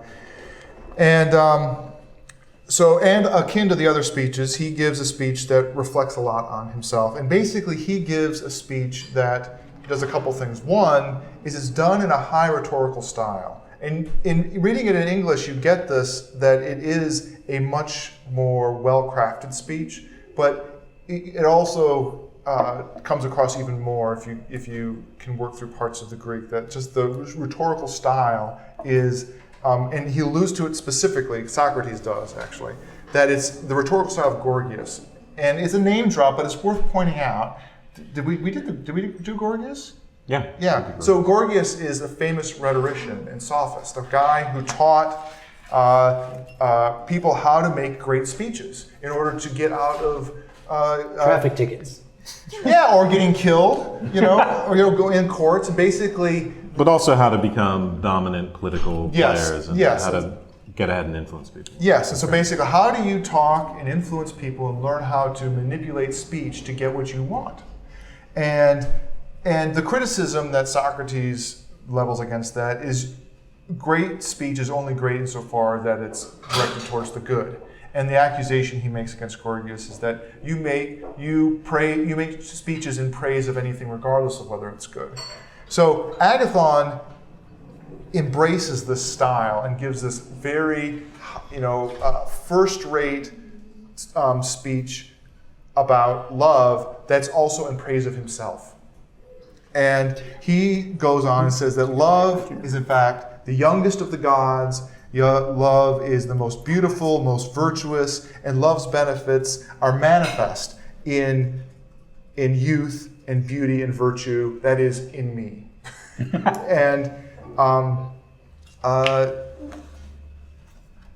And so at the very end of the speech, and I'm just going to read this section because it's all about the poetry. Because at the very end, Socrates actually reacts to the way he ends it, saying, it was a beautiful speech, but that I can't even possibly continue because did you hear the end of the speech? It's just so. He says, "Love fills us with togetherness and drains all of our divisiveness away. Love calls gatherings like these together. In feasts, in dances, and in ceremonies, he gives the lead. Love moves us to mildness, removes us from wildness. He is the giver of kindness, never of meanness. Gracious, kindly, let wise men see and gods admire. Treasure to lovers, envy to others. Fathers of elegance, luxury, delicacy, grace, yearning, desire. Love cares well for good men, cares not for bad ones. In pain, in fear, in desire or speech, love is our best guide and guard. He is our comrade and our savior, ornament of all gods and men, most beautiful leader and the best. Every man should follow love, sing beautifully his hymns, and join with him in the song he sings that charms the mind of God or man." Guitar solo. He's not unlike Kim It's Jong-un. interesting. I read the same translation as you, but just hearing it read aloud, that is amazingly. It's true oratory. And what you want to imagine is he's like standing up and he's got a drink and he's talking. At the end, he just goes like this. Look at me. It's beautiful. So now, and Socrates Socrates cowers away. He doesn't want to do this. And even now, what if you ask people in the popular culture, what is love? It's that kind of crap. It's beautiful. It's what you get on the radio. Yeah. Well, what's interesting, so in his case, though, he's giving this possession model of love, where love is something you possess. It sort of inhabits your character. Mm-hmm. He even talks about that at some point, about how ineffable it is and the way it's sort of, it's kind of fluid and supple so that it can enter your soul unnoticed. Its feet. It's so so it's soft. Like a liquid. So we're back to virtue. I think we kept with it the whole way, but we're back to talking about how love instills virtue, except the way we started this with Phaedrus is it's virtue in the lover who doesn't want to embarrass themselves in front of the beloved. But now it's sort of we are with the beloved, which is what Agathon is used to being. Mm-hmm. We're with the person who, and we're talking about love instilling. And he talks about specific virtues, courage and wisdom and so on and so forth, and the way that love leads to these things by sort of possessing you or you possessing it. Yeah. So, I think that so this one in particular, this sort of really flowery language about love is something that we still see, but almost everyone's speech thus far contains elements that we still see in sort of the modern, what is love? You get the initial... Right, yeah, like that. Well, so you get with Pausanias, you get this there's terrible love, which is just being torn with someone and I love her, Dad, you don't understand. That is one. And then there's the hardworking, virtuous love. So even this true love is hard work and communication or whatever, and don't be 16, is all of this shows up in culture. And while Socrates' speech is notable for being Socratic, it has the weird, normal things that Socrates has going on. We're the forms, yep, and the love, wisdom, got it, Socrates.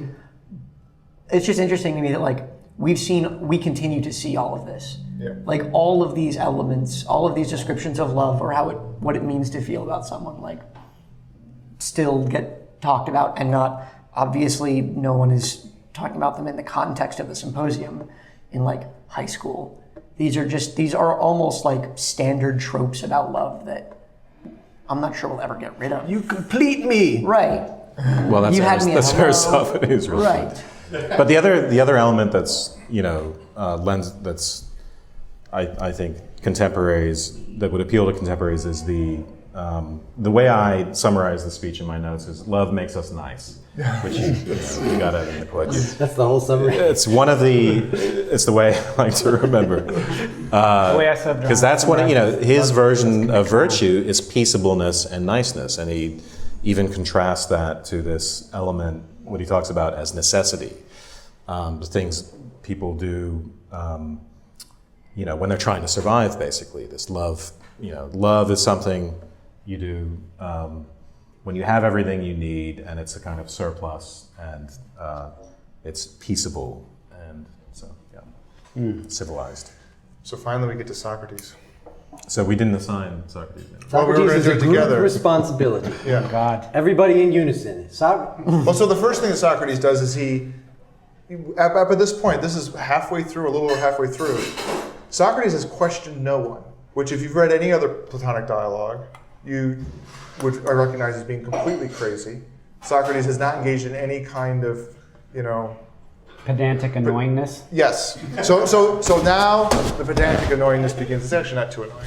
No, thank God. It's pretty annoying. I mean, he starts out like a very standard Socratic backhand of like, oh, I didn't realize we were just here to say whatever we wanted. I thought we were here to say true things. Yes. Now that I know that we're here to say things He does. rather than... He begins with a very harsh. Actually, we shouldn't brush over that. No, we shouldn't, because yes, it's about. He's like, you're an idiot. That's Right, basically it's like, what- oh, So well, sarcastic. forgive me, I'm so sorry. You'll have to release me from my promise, because I was only prepared to say the true things. I wasn't prepared for you guys. I did not know this was a bullshit. You film. clearly But I prepared don't for know it how than to me. bullshit the way you guys Holy bullshit. shit. I cannot bullshit to this. So you'll have to accept my humble truth. Sorry for caring about the truth. That's on me. Sorry for wanting to say something That's good. my burden, I suppose. That's actually a good bookend to go back to the very first episode, where I think we described Socrates as an asshole in episode 1. Yeah. Which explains our following. We're now come full circle. So, so once he gets over this thing about saying that he wants to talk about the truth, Socrates asks permission to ask Agathon questions, because he wants to sort of sort some things out. So he first starts questioning Agathon about his speech.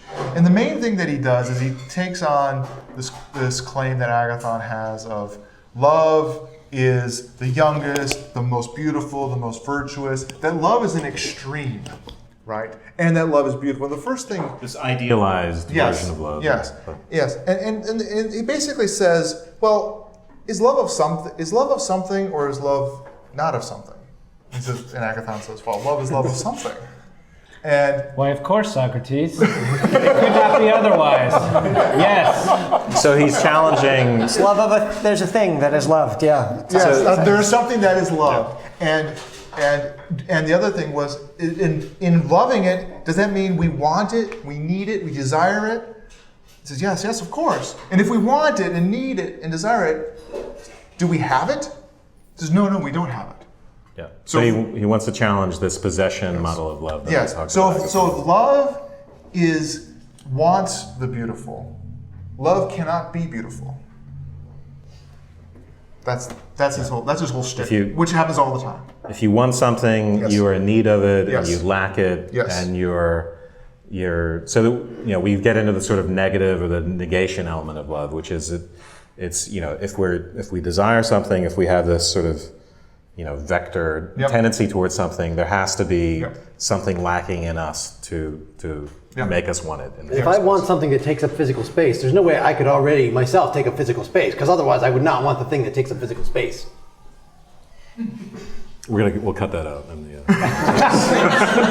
I'm saying it's an obvious fallacy. Well, no, but It's an obvious fallacy on one level that love can't be, if the personification of love can't be beautiful, but it's not an obvious fallacy to say psychologically that if we want something, we have to be lacking in some way. And he also makes the point that it's, and I don't, it's not here, right? It's in the speech with Diotima that makes clear the distinction that you can be strong and want to be strong, and you can be beautiful and also want to be beautiful, and he wants to avoid that mistake. That you can have the thing that you also want, but your disposition of wanting it has to do with you wanting it for all time. Yeah. Right. Yeah, exactly. And that is right away. Yes. Right? Yeah, Like, so you're reading Before it and we you're do. thinking like, I don't know, dude, I want to be smart and I'm pretty smart. And then he's like, and by the way, this is this first level of objection. What you really want is to continue to be smart. Yes. Yeah. Yeah, if you're like Exactly. Agathon and you have it all, there's the anxiety of keeping it all. Yes. And,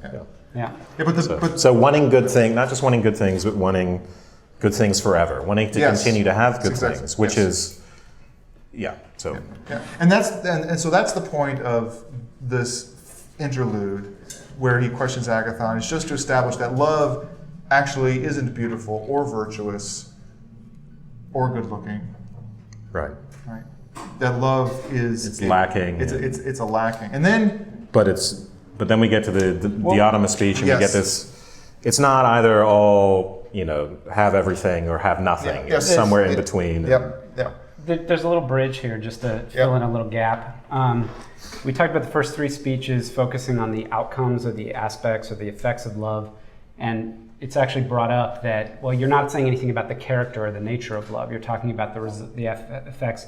And so it's the latter speeches right before Socrates where they're trying to actually characterize the types of things. And that's like love is young, or love is the oldest of gods, or the youngest of gods. And so what Socrates is doing is responding to that characterization to say, well, and this is important, you said love was the youngest and most beautiful and this and that and the other thing, but if love was the most beautiful, he wouldn't want beauty. Mm-hmm. So he's got to some extent, lack beauty. And he's doing this, what I think is exceptionally odd. This may be the weirdest rhetorical move in this entire thing, where he says, love's kind of in between beautiful and ugly, and in between, virtuous and not virtuous. Like, you have to be in this kind of middle ground in order to be able to aspire in this sense of desiring that which you don't have. Because if you're all the way on the other end, then you somehow can't have that aspirational. The ugly can't desire to be beautiful. You don't even know what beauty is. You don't even know. Yeah, Well, you don't even know. Or the vulgar can't aspire to be virtuous because you're already somehow in that. Yeah, or the ignorant can't aspire to be wise. So being in between knowing and ignorance is one characteristic of Eros, of that in-betweenness. Because you are not wise, you don't know, but you are oriented towards knowing. You want knowledge, you want to become knowing. Whereas if you were ignorant, you would have a kind of complacency. You would be satisfied. You would not be directed towards knowing. This is sort of evocative of the Meno, right? It's not that exactly. we Meno all can't, over again. Yeah, it's not that, Meno all over. Yeah. we could be, it's not that we, are completely, when we're seeking knowledge of something, it's not that we are completely lacking in that respect. Otherwise, we wouldn't have. We have sort of clues. We have, we sort of know how to inquire. We know, we have some opinions about, the thing we want to learn about, and so on and so forth. So we have to have some sort of purchase on it. I mean, the whole idea is it's not these two very split extremes. So it's sort of a reprise of Eryximachus' response to Phaedrus. It's not, so it's sort of a reprise of Eryximachus where we get, these two elements. For him, it was the high and low versions of love, right, which have to be harmonized and mixed together. And here we have to have, it's evocative of that harmony in the sense we get this in-betweenness. We get something which partakes of both poverty and, wealth, for instance. And life is sort of that in-between state. We have periods of being sated by something, but hunger always comes back. So, and that's the dynamism I talked about earlier. These static views don't work. They're sort of death-like, and nothing in reality really resembles them. Really, we have this in-between state of sometimes being sated, other times feeling lacking, and trying to sate ourselves. So just to put it in explicitly Socratic language, that the balance is you know nothing, well that's bad, but you know nothing, so that's good. So it's pretty much Socrates. Well, you have to know you know nothing in order to be forward directed, in order to be a seeker. Yeah. So. Yeah. Now, for those of you who weren't sitting in Dylan's living room last night, after the third cup of wine, I got into some self-confessional type of things that you'll have to wait to see. But part of that was Citizens Commons. Yeah, part of that was me saying how I don't ontology bores me, and I'm very interested in ethics and political philosophy and all that. But which you've never said before in the book. Yeah, never. I'm not tipping my hand here, but this particular point is, I think it's radical. At least that's the way I took it. In that, it sounds to me, because what comes out of this is it says, well, look, the gods are good. The gods are purely good. They're in the virtue category. And then I guess you'd put Titans or somebody else's in the non-virtuous category.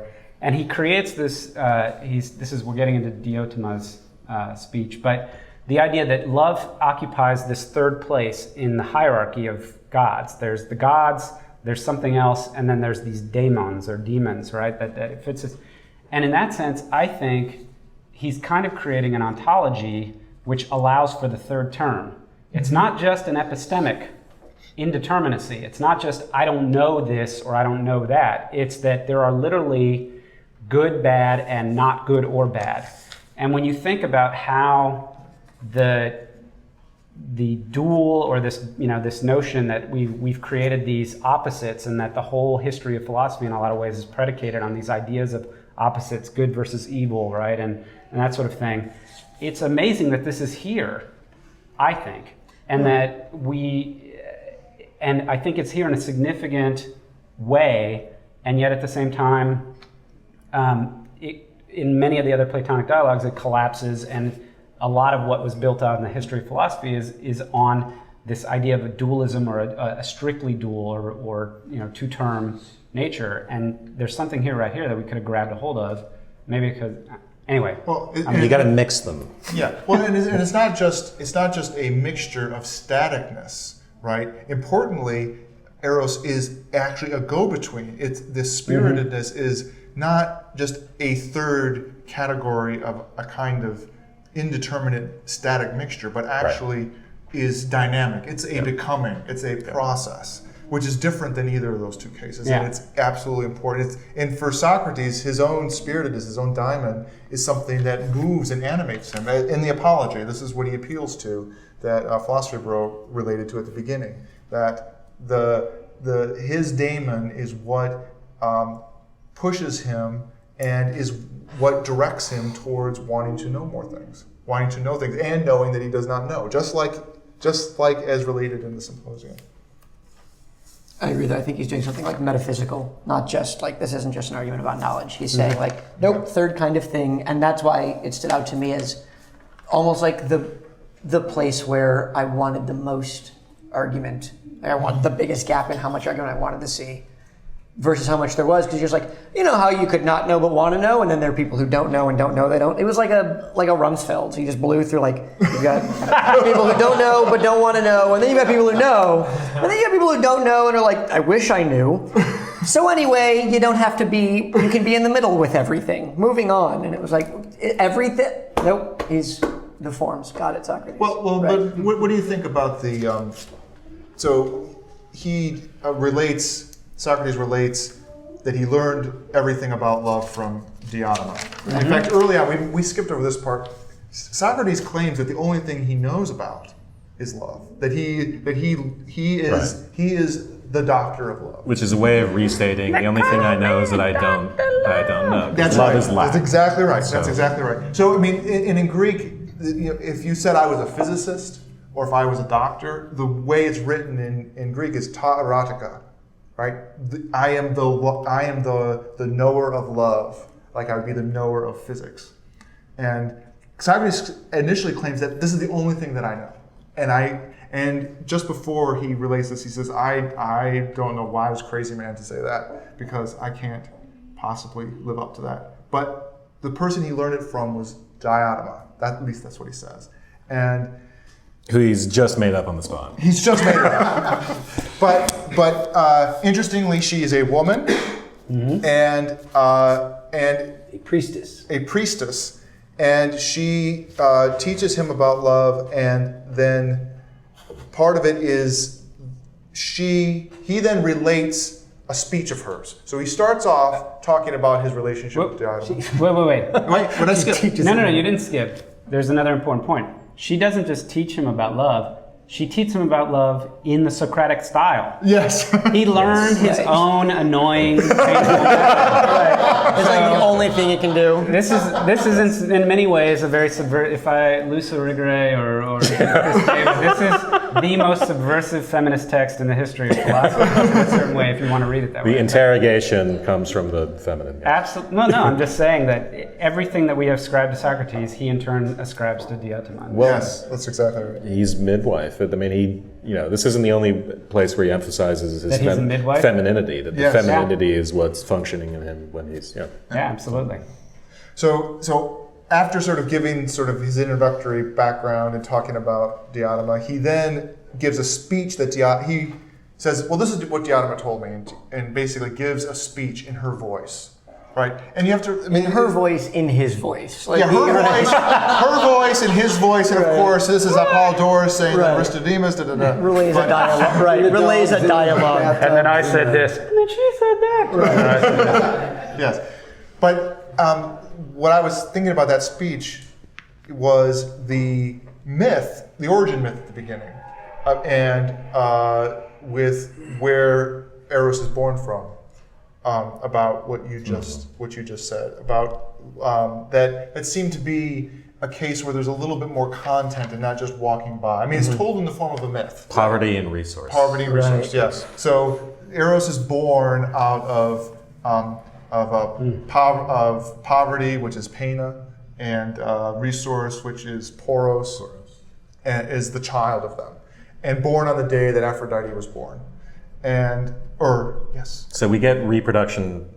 It's going to end with reproduction, but we get that from the very beginning as well. And so this in-betweenness is the Yes. result of Yes. reproductive act. Yeah. And so for Eros' entire existence, Eros is both poor but never rich.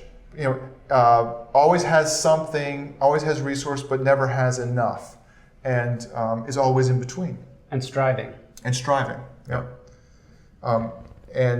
Importantly, this In between life and death, poverty Yes. and wealth, wisdom and ignorance. Yes. In fact, dies and then is reborn. Right. Now, is this supposed to apply just to people, or is this a metaphysical point? Like, I thought the Eryximachus's cosmic love makes the world go round was just something that was thrown out there as a piece of bullshit and then dropped. But you're talking as if he was setting the ground for this whole metaphysical picture. I think he does set the ground for this. Dr. Love. Socrates is obviously improving on it because I think, as we've mentioned before, Eryximachus is just talking about mixture, and we want to get something more dynamic where this is a third category, the in-between, in its own right, and has its own ontological Plato is status. usually characterized metaphysically as a Parmenidean, as that is the opposite of Heraclitus. It's not that everything is flux and teleology and motion. It's that there's what's really real is the forms that are static, and that's why this was such an influence on Christian thinking, because what's really real is God, and then the rest of this is just so much effluvia. Well, and it sounds like he's an you're empirical doing a lot more. Heraclitean and a transcendental Platonist. He accepts. Yeah, it's a con joke. So he accepts Heraclitus. Quick check, how many are Team Parmenides and how many are Team Parmenides? Team Heraclitus? The one. Team Heraclitus, right? All right, good. It's so easy to be on Team, the I don't Heraclitus know side what these the days. fuck you people are talking about. Come on. No, but in a way, he accepts the Heraclitean skeptical kind of critique, and that's why he's trying to set up something, that there's a little sort of set aside area that's immune to that, and that's where where we can actually have knowledge of things. The world is flux and unknowable simply empirically, and so we need this separate world of ideas that are knowable. Well, I was just going to say that the world is flux, right? But the question is, what's the motivation to do anything? Why is the flux there? What's the motivation to do any one thing or another? And there's a sense in which you can read this as being a synthesis, where he's bringing in some kind of Parmenidean structure in order to try to create a motivation. Otherwise, because the flux has to have some kind of dynamism to it. He's a total direction. Heraclitean in his dialogue. I'm going to make that argument. And you get the foreshadowing of this in Eryximachus' speech, so that even though Eryximachus is talking about harmony and mixing, I mean, harmony is on the right track, and he talks about the Heraclitean bow, the idea of this sort of tension. I don't know, tension. This dynamic in between tension, and the stasis is born out of that tension and Heraclitus, right? Yeah. And Heraclitus, everything is sort of this goes back to our Ava Brown Heraclitus. She comes first in the billing. The tension is sort of a fundamental grounding of things, and I think that's what we get here. It's not these static categories that are grounding for the world. It's this dynamic tension. So. Right. So just to explain, that's what it means to say love is the basis of all things. The 30-second version for people that did not listen to our Heraclitus episode and have no idea what we're talking about. The idea is just ultimately, what is reality? Is it a static thing and everything, all the apparent change is just illusion somehow, right? Or is the apparent changes, that's really all there is. There's nothing behind it. And so Heraclitus actually had a more subtle view, which you can go listen to that episode and learn more about. But he at least is characterized whenever he comes up in a Platonic dialogue as just this pure, everything is flux, and Plato just thinks that doesn't make any sense. That ultimately, unless there was something stable underneath the flux, then it would just collapse on itself. But I think what's really important here is that characteristic of of Plato as being only focused on forms. You realize that is not the whole story when you read this. That it's really important that over and over and over again Socrates says, I only thing I know is that I know nothing, and that it's an orientation towards knowing more, a desire in this dialogue, an erotic desire to know more. And that the characterization of the sum of Plato and Socrates is an orientation towards static forms is,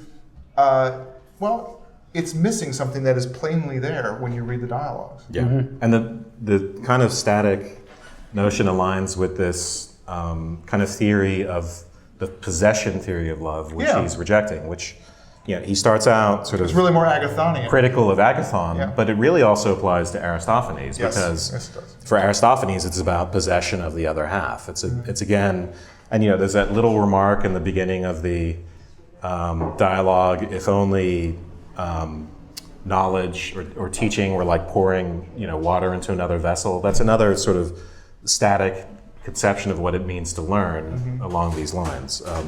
So what we get into with his rejection of Aristophanes' conception of loving that leads us to, it's actually not the other half we love, but it's the good, and that's a kind of pivot in Diotima's speech where we now we get to the next part of the account. Are we rejecting the idea that love is the mediator between like the static and the flux? Is that? No, I think we're accepting that. Okay, right. Yeah. Great. Whatever the hell that means. So the one of the moves he makes when he's wait, can I say what it means? Being a lover.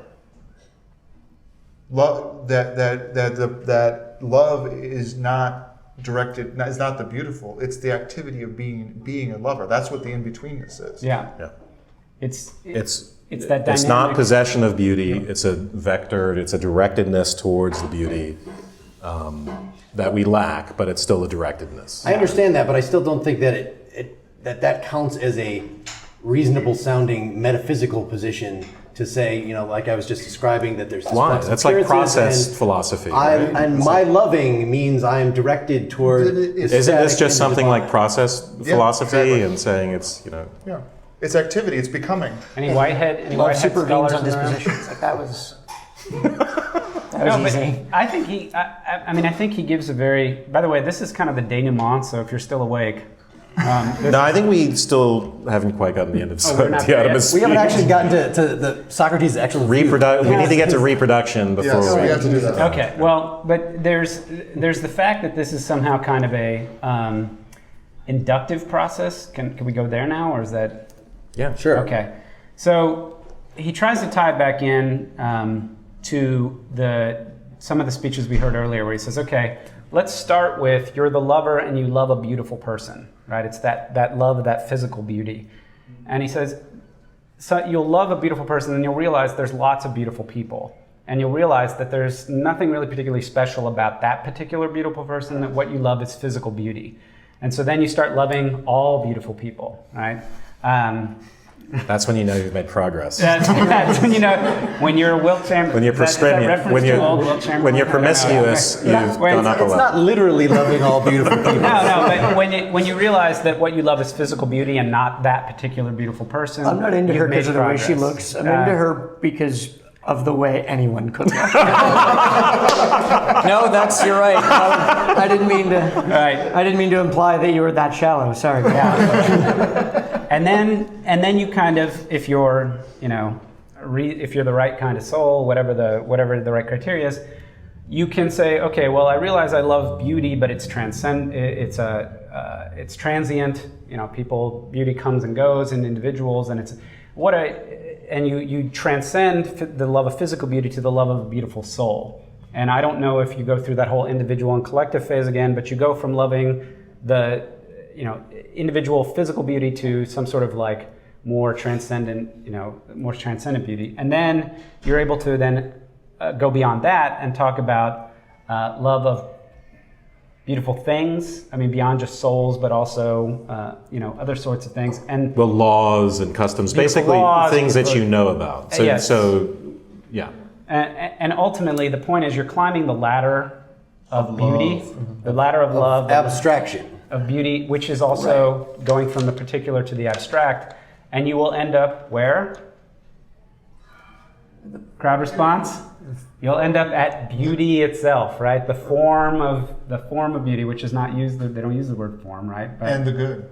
and the good, and that this is in some way, in many ways, one of the most coherent kind of presentations of the idea of the Platonic form in all the dialogues. And it ties it to this notion of induction, where somehow you can continue to work your way through an abstract layer until you get to some sense of abstraction where you're not actually moving to a next level, but you read the dialogue, because I can't recreate what he says about that particular last stage, but there's some kind of a movement at the very end where if you're the special kind of person, which is to say you are a lover who is also a philosopher, Right. yes, then you will be able to apprehend, encounter, know the form of beauty, the form of the good, So, not tied to yeah. any particular. One interesting thing it's sort of a rebuttal of the Pausanias notion of the high and low love, right? So instead of them just being these radically disparate things, there's actually one as a ladder to the other. Absolutely. And it actually doesn't stop at souls or character the way the way Pausanias thinks of it, it's the higher form of love is you love someone for who they are, right? And that's sort of amenable to contemporary ears. You don't just love someone for the way they look, you love them for who they are. But for Socrates, no, it goes beyond that. You learn that is also not a secured foundation for love. You love beauty itself. But I think until we complete the account, that kind of sounds vague. It's not just, we love beauty itself at its sort of instantiation in some particular another. It's what beauty does, which is the reproductive element. Yes. And that's how we can understand what he calls the purpose of beauty. So the purpose of beauty is to reproduce, which actually means a few different things. Yeah. So at this point, we have sort of his account of what love is. That's love is wanting to possess the beautiful, or wanting to possess the good forever. So it's a directed activity directed towards the beautiful and the good. That's what love is. And then we get the purpose of love.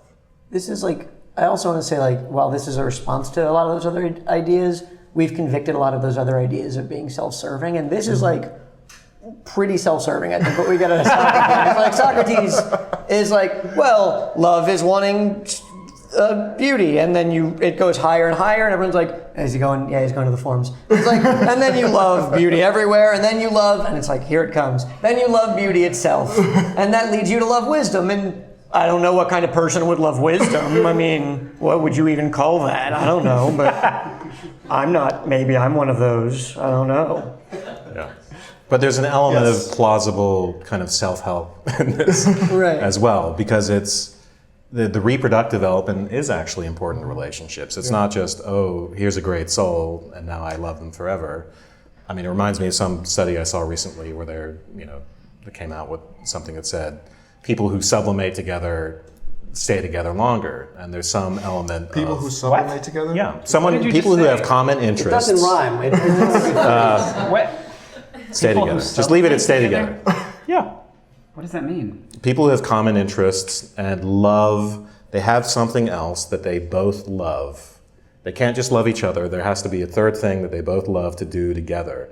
And that's part of the point here, whether it's children, the procreation of children, or whether it's friends seeking knowledge together, or any other type of what you want to call reproductivity. There has to be a dynamic element to the relationship, activity, some common activity. I thought they were just transforming from solid to gas immediately. Wait, did I? That they were sublimating? Oh, I see. The physicist meets the psychologist. Is that a science joke? Yeah, that's a very funny science joke. Let's not get each other's jokes on there.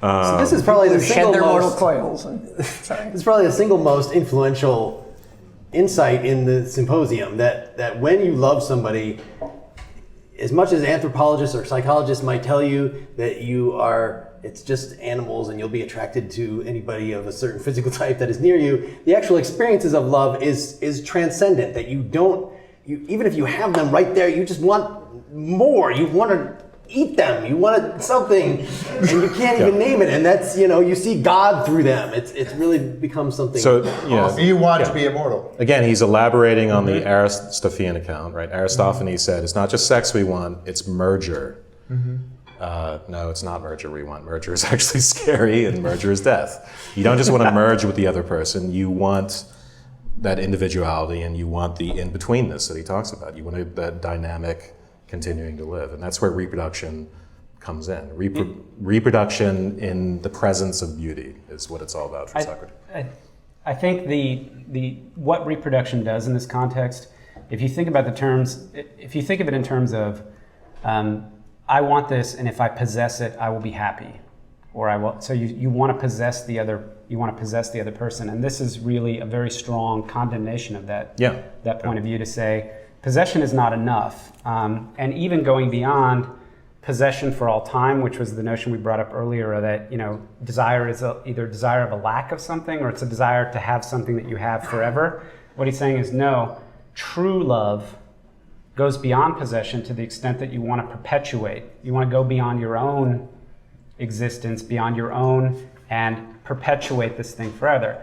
And it could be through children. It could be through art.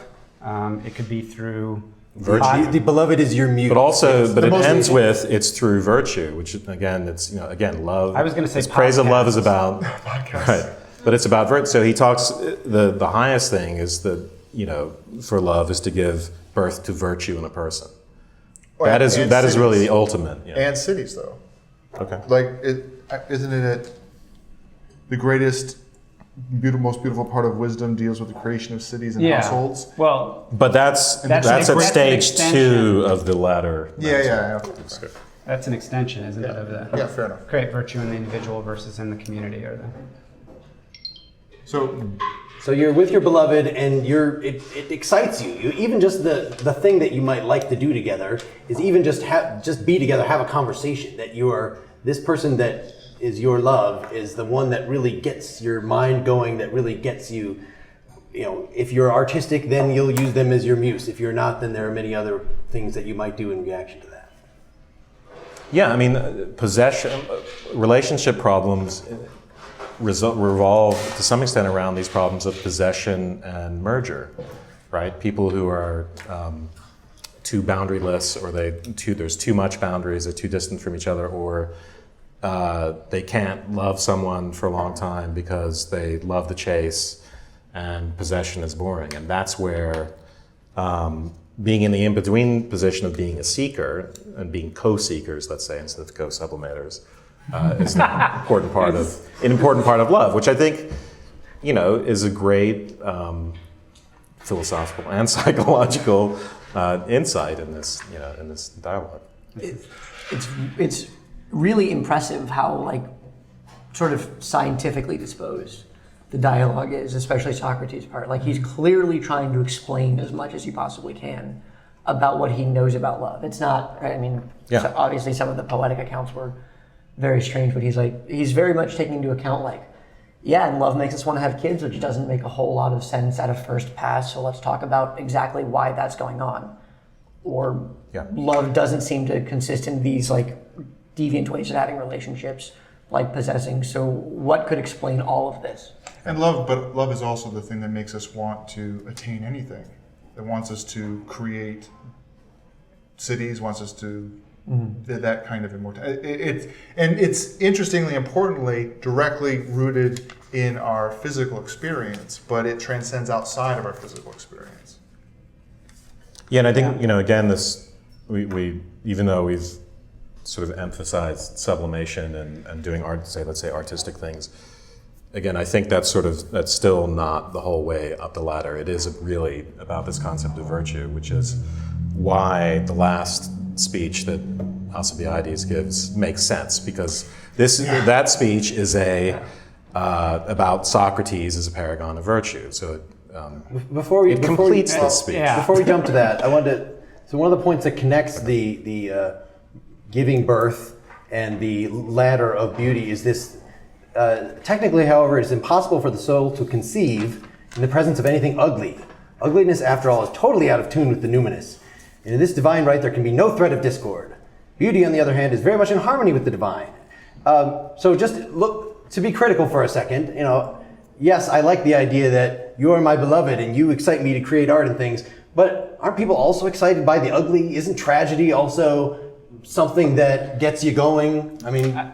I put this in the category But tragedies are beautiful. I put this in the category of the sublime artifact in the same way as pederasty. If you want to go back to, this idea that there's this. I don't want to go back to this. No. This sounds like where we want to go. Pausanias, you really keep bringing it back to pederasty. There's this identification of the good and the beautiful. Look, go listen to our episode on genealogy of morals if you want to get that story in a particular flavor. But I don't think there's anything. I mean, I think we just put that in the category of it's a quirk. But the idea that love is the inspirational force. Love is the creative force. If you create anything, if you move forward in your existence as a human being and you make something of yourself, you try to better yourself, become a more virtuous person, or you have children because you want to create a family, or you inspire others through teaching to become thinkers or creators of themselves. That's what love is. That's what Socrates is saying here. That's the purpose. That's what love does, which I think brings it back to that cosmological Hesiod point of love is the motive force. It's the dynamic counterbalance to the static world of things and beings. It's the thing that creates and generates activity, which in turn results in beauty, the creation of beauty, whatever form that might take. But he's not saying, I don't think, that love is some force that motivates those things. It seems like he's saying he's more closely identifying love with the motivation itself, right? Like love is the motivation to do better. Love is the activity. Right, or the disposition or something like that. He's not saying love is the plus to the minus of static. It's not the opposite of static. Love is the disposition to. It's in between the two static It's poles. the relation. It's The relation between two static things. Right. So he's not saying, and some of the other guys in the dialogue tried to say, like, love is this, well, it's a god. And he's even saying something like, it's not even really a thing we can properly talk about as like, it's the motivation itself, it seems, like he's saying. So we've been... Take us home with Alcibiades, right? You were gonna... Or we skip Alcibiades. Well, we have to mention. So at this Well, point, it's not just like a little irrelevant. It's not an irrelevant thing. Because again, it goes towards the virtue. Yeah. Point. So at this point, Socrates finishes his speech, and at this point, a carousing gang of drunkards break into the symposium. This staid and quiet drinking party where they were just talking about boys. Well, they were also... Which boys do you like? They were also nursing hangovers. Yes, so they were all... So Alcibiades bursts in with his entourage. And Alcibiades, most of these characters in Platonic dialogues, they often were famous people in Greek culture. And Alcibiades is one of the most famous. And he is famous in politics for having argued for the Athenian invasion of Sicily, and which ended up being a complete disaster for the Athenians, and brought the whole civilization basically to an end.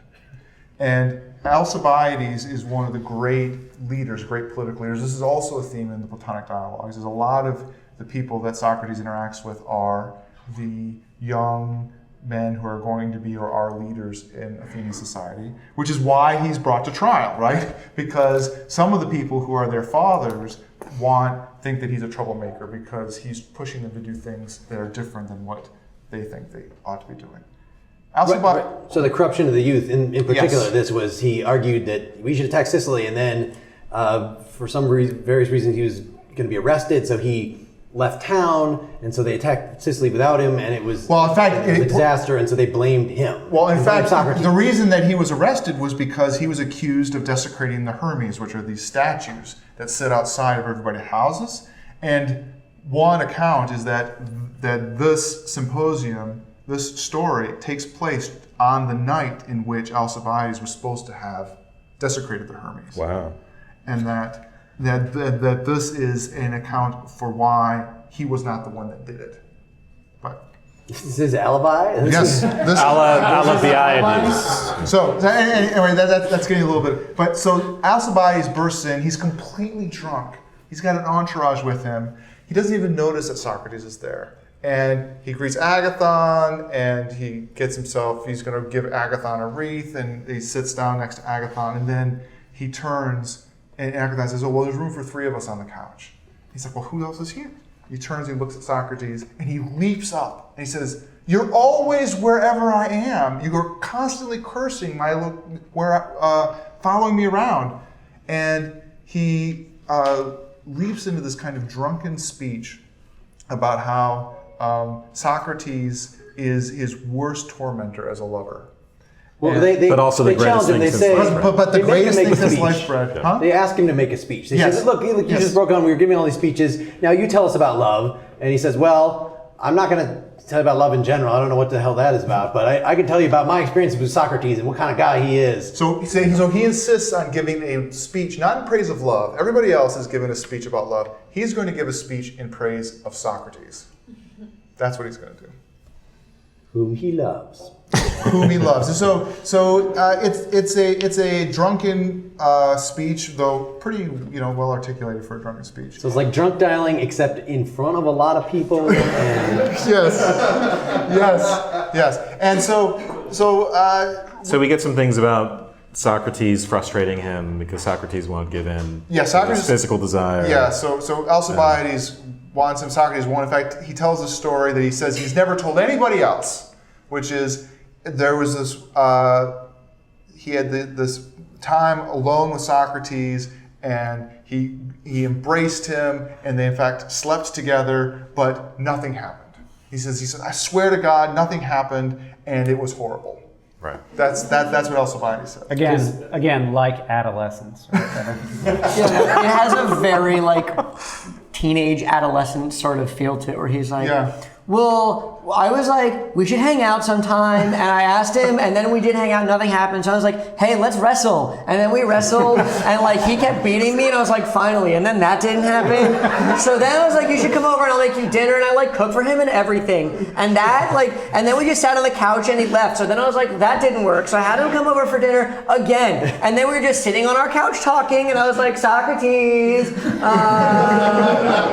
boy, you're really great, and then Socrates says like, well, you must see something in me that I don't see in you. Like, I appreciate, he says, like, I appreciate the compliment. You must see a goodness in me that I don't share. So what's up with that? He's like, oh, I totally do, and everything's great. And he like throws his coat around Socrates, so they're like just bodies now, and then they just pass out. Well, and in fact, he says, Alcibiades explicitly says, I will give myself to you. So, right. Yes, and I feel like you have so much to teach me, and I could just learn so much from yes, you. and just I'll do whatever. Just take me. It would be bad of me not to do whatever you want, since you have so much to teach me. I mean, you should see what I do for people who don't have anything to teach me. If I'm going to do that for them, I should do that for you too. And Socrates is like, that's probably fine. Don't even worry about it. Well, no. In fact, Socrates says, you would have me trade gold for bronze. Right. So, which is an allusion to the Iliad, but he says, what I have to give you is gold to that bronze. So he actually explicitly insults him.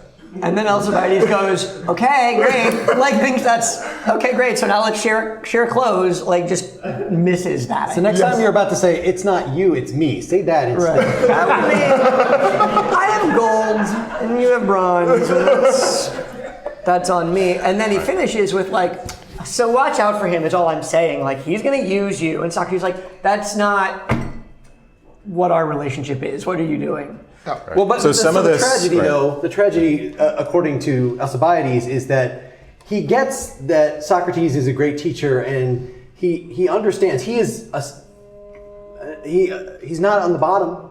He's a seeker. He realizes that the kind of life that Socrates is pushing is the kind that he actually aspires to. Well, he But complains says- about being bitten in the heart by philosophy. Yeah. So, but himself. he does. But then as soon as Socrates leaves, then he just starts to try to please the masses again. Basically, yeah, he's a guy who is a political, active, go out and do things kind of guy. And Socrates says that's all a waste of time. You should be doing philosophy. And he's tempted by that, but he can never, fully get into that. So so he explicitly complains about that. But then obviously all of this is a metaphor for what it's like to be a philosopher, what it's like to love something that doesn't reward and not be able to get it to have sex with yes, exactly. The form of the beauty will not have sex with me. God damn it. To do something which isn't obviously useful, doesn't produce technology, doesn't produce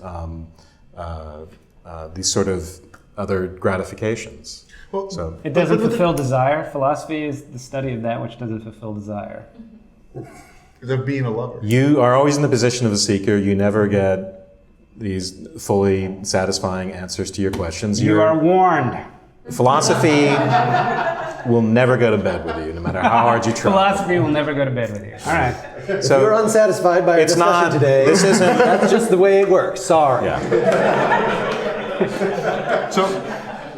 But there's also, I think, besides, it's not clear to me that he's necessarily trying to get Alcibiades to be a philosopher in the way that Socrates is a philosopher. But in fact, I don't know that Socrates really would believes or partakes of sort of the professionalization notion of philosophy. But certainly he'd want him to be a philosopher in the sense of being directed towards virtue and being directed towards the good. And in particular for a leader like Alcibiades to lead and rule the city with an eye towards the good, and not towards what is just holding power, right? So the part of it is trying to persuade the rulers to rule well by having the proper disposition of their proper direction of their own. So he's not a good poster boy for that. No, Alcibiades is not. So despite being enamored of philosophy and Socrates, it's not something. Yeah, so it doesn't always work, right? You could also say this is Plato saying, well, he tried. Socrates tried, but we should also say he doesn't. He does also go into this thing about all of Socrates' different virtues. Yes, we have to mention. So it's not his sort of immunity to hunger and alcohol. Yeah. He can drink a lot and cold, and his courageousness in battle. Yeah, we do get the idea that again, this comes back to the end of Diotima's speech, that the giving birth to virtue in the presence of beauty, that's something that Socrates has successfully done. That virtue, there is. So if we want to talk about practical application, there is the sense of virtue or excellence that Socrates is supposed to embody. But his praise of Socrates, isn't it a little bit like Agathon's in that Socrates is the greatest of all things? Right. We don't know how seriously to take it. Yeah. He tells this story that Socrates that when they were in this battle, and it was the worst winter ever, and whenever they would go outside their tents, they'd bind their feet and try to stay as warm as possible. Socrates would walk out in a tunic and bare feet as if it didn't matter to him anything at all. And that he could drink as much as anybody would give him, he never gets drunk. He never tires. And in fact, at the end of the dialogue, he's the only one that stays up all night, walks away, spends the day in the Lyceum, and then goes home. Can we hear all those same facts in that Alcibiades voice? They would sound much more dreamy. He's like Jesus. I think we've reached the point where we, like the end of the dialogue, must have a great sea of revelers pouring through the front door and join us. And so we have a mic that we're going to activate so that somebody can come up of you and ask a question, make a comment. Especially, I think that it would be appropriate to hear from a few people as to what you have, what you think of this symposium, what we've been talking about this whole time. Can we pass it around or not? We can't really pass it around unless people are sitting really close. Maybe put it into the aisle. Yeah. Right here? Will this be on more forward. Well, the people, I want the far away people to see. Maybe they don't want to be seen, Mark. Maybe they don't want to be seen. Can the plebeians just be plebeians and just bow down to the master? You don't have to participate. We're trying to increase the chances that someone will actually come up. And if people are not ready to come up and use this mic, I'm using two mics, I'm in stereo. Then Daniel has been monitoring the remote people and can ask us a question from them. Or bring something. So come on up. I have one specific question that I thought. Awesome. Sorry, okay. Let the guy who's closer come first. Turn the mic around. Here you go. Kylie. Okay. And the mic's not on, of course. Yeah, maybe, yeah. So let's kind of have a cue. So Tim is next. So if you want to go next, then just when he comes up, kind of go and wait. So we have some order without us having to call on people. Okay, in the beginning you talked about shame for part of love. Did they view shame as immoral love? Like, is that the same? Would that be characterized as the same thing? Like, it would be immoral for them to be pederast, even though that's what we talked about a lot. It's not shame of being a pederast. It's shame because the person who loves you is watching you, and you don't want to do something embarrassing. So it's actually supposed to be a good shame. Okay, right? so do they have immoral love? Do they think of love as immoral or moral? Well, there's that discussion in Pausanias, right, is between the ignoble and the noble kinds of love. Right, if it's just lust, if it's just what Alcibiades was doing apparently, then that is the... So Phaedrus, before we get the noble ignoble love, we get the shame in Phaedrus. So shame and pride are about encouraging. It's what you feel before the person you love that makes you do good things. Yeah. And it doesn't get talked about so much in here, right? But Actually, I'm gonna.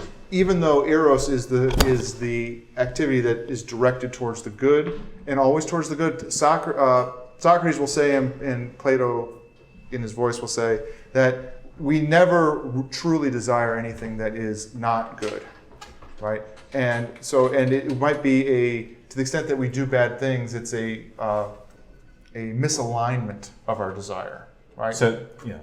And the other thing I mean, when you think about shame, I think you want to think about the concept of conscience, or pride, which is the other thing Phaedrus talks about. You know, you want to think about the more positive side of conscience, which is ambition and people wanting to do great things or having certain ideals. Yep. And those two things really are erotic phenomena, even though they may not seem it. So conscience is something that arises in the context of love relations. You know, we think of them as, you know, between parents and children, but that's the way conscience does arise. Yep. So. Yeah, I was thinking about this question of how appropriate it is to take any of this metaphysically. It's a question of whether we should just read it sort of at the human level or the psychological level. And the barrier that seems to come up again and again is this assumption that Plato's ultimate metaphysics is both static and complete. And I wonder if there's room in Plato's thoughts, which is, I guess, a question a little more generally beyond just this text, for a metaphysics of incompleteness, where this lack is still somehow available and present in the world. And it's not just a human psychological thing. Or do we think that Plato really would say, no, the one, the good, is total, complete, whether it's fixed or not, I don't know, but that really lack has no place in metaphysics. Yeah, I guess it depends if you're talking about metaphysics is sort of what's the ultimate ontological layer, then yeah, it's the static, but if you expand that to what we actually experience, then like Wes was saying, then he's Heraclitean in his account of the empirical world, maybe. So the question, we were making him out to be, or I was, a sort of process philosopher, and is that legitimate? I don't. But I like the idea of an existential, depressing ontology of incompleteness. That there's something, but I don't know what figure. Well, and I wonder. I would say Plato probably didn't think there was room for lack in his metaphysics, but I think Derrida did. Well, and then I heard you talking a lot about dynamism. So would you say he would say that reality has so even the relationships between the forms as they participate in the one, right, at that level, is there room for saying he might have allowed for a dynamism in the system of forms, the highest forms? I don't know. Well, I think even even before you get to a relationship between different forms, which I think is a really complex and difficult topic, think about the relationship between the form and the individual, or the instantiations, or the actual concrete things in the world that participate in the form. And how would you characterize that relationship? That in itself is very problematic, and I think has some of this inherent tension in it that you have to kind of address before you even get to that level. I mean, I like that a lot. So would you say, like, we all give the triangle speech, right? That the triangle doesn't change, and this is one of the ways in which he demonstrates the eternal. But is the triangle complete in and of itself, or does it also lack in its, it's defined. It's not everything. So as a form, does it need to participate? There has to be something participating in my opinion, there has to be something that participates in the form for that form to have any. If I was a form and there were nothing concrete out in the world that was instantiating or existing me, then I would feel somehow incomplete. No, absolutely. But at the other level, that there are triangles, but there are also circles, right? And they participate in something in the one.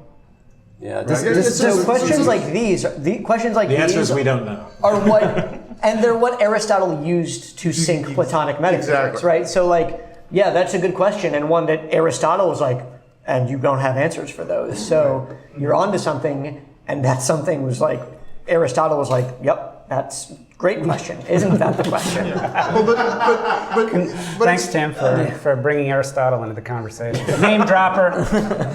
But that's also, I guess you'd have to go to the text and have some other kinds of arguments about it. But a dialogue like the Symposium makes me really want to focus on the activity of being a philosopher that Socrates embodied, and less on what the status of the forms are, and it makes me feel like there is a metaphysical account of the forms, but that is far less important for Socrates in the end than the activity of what he's doing and how that's playing out.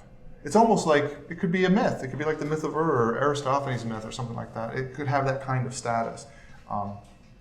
Because what really is important in the end is the activity that he's going through.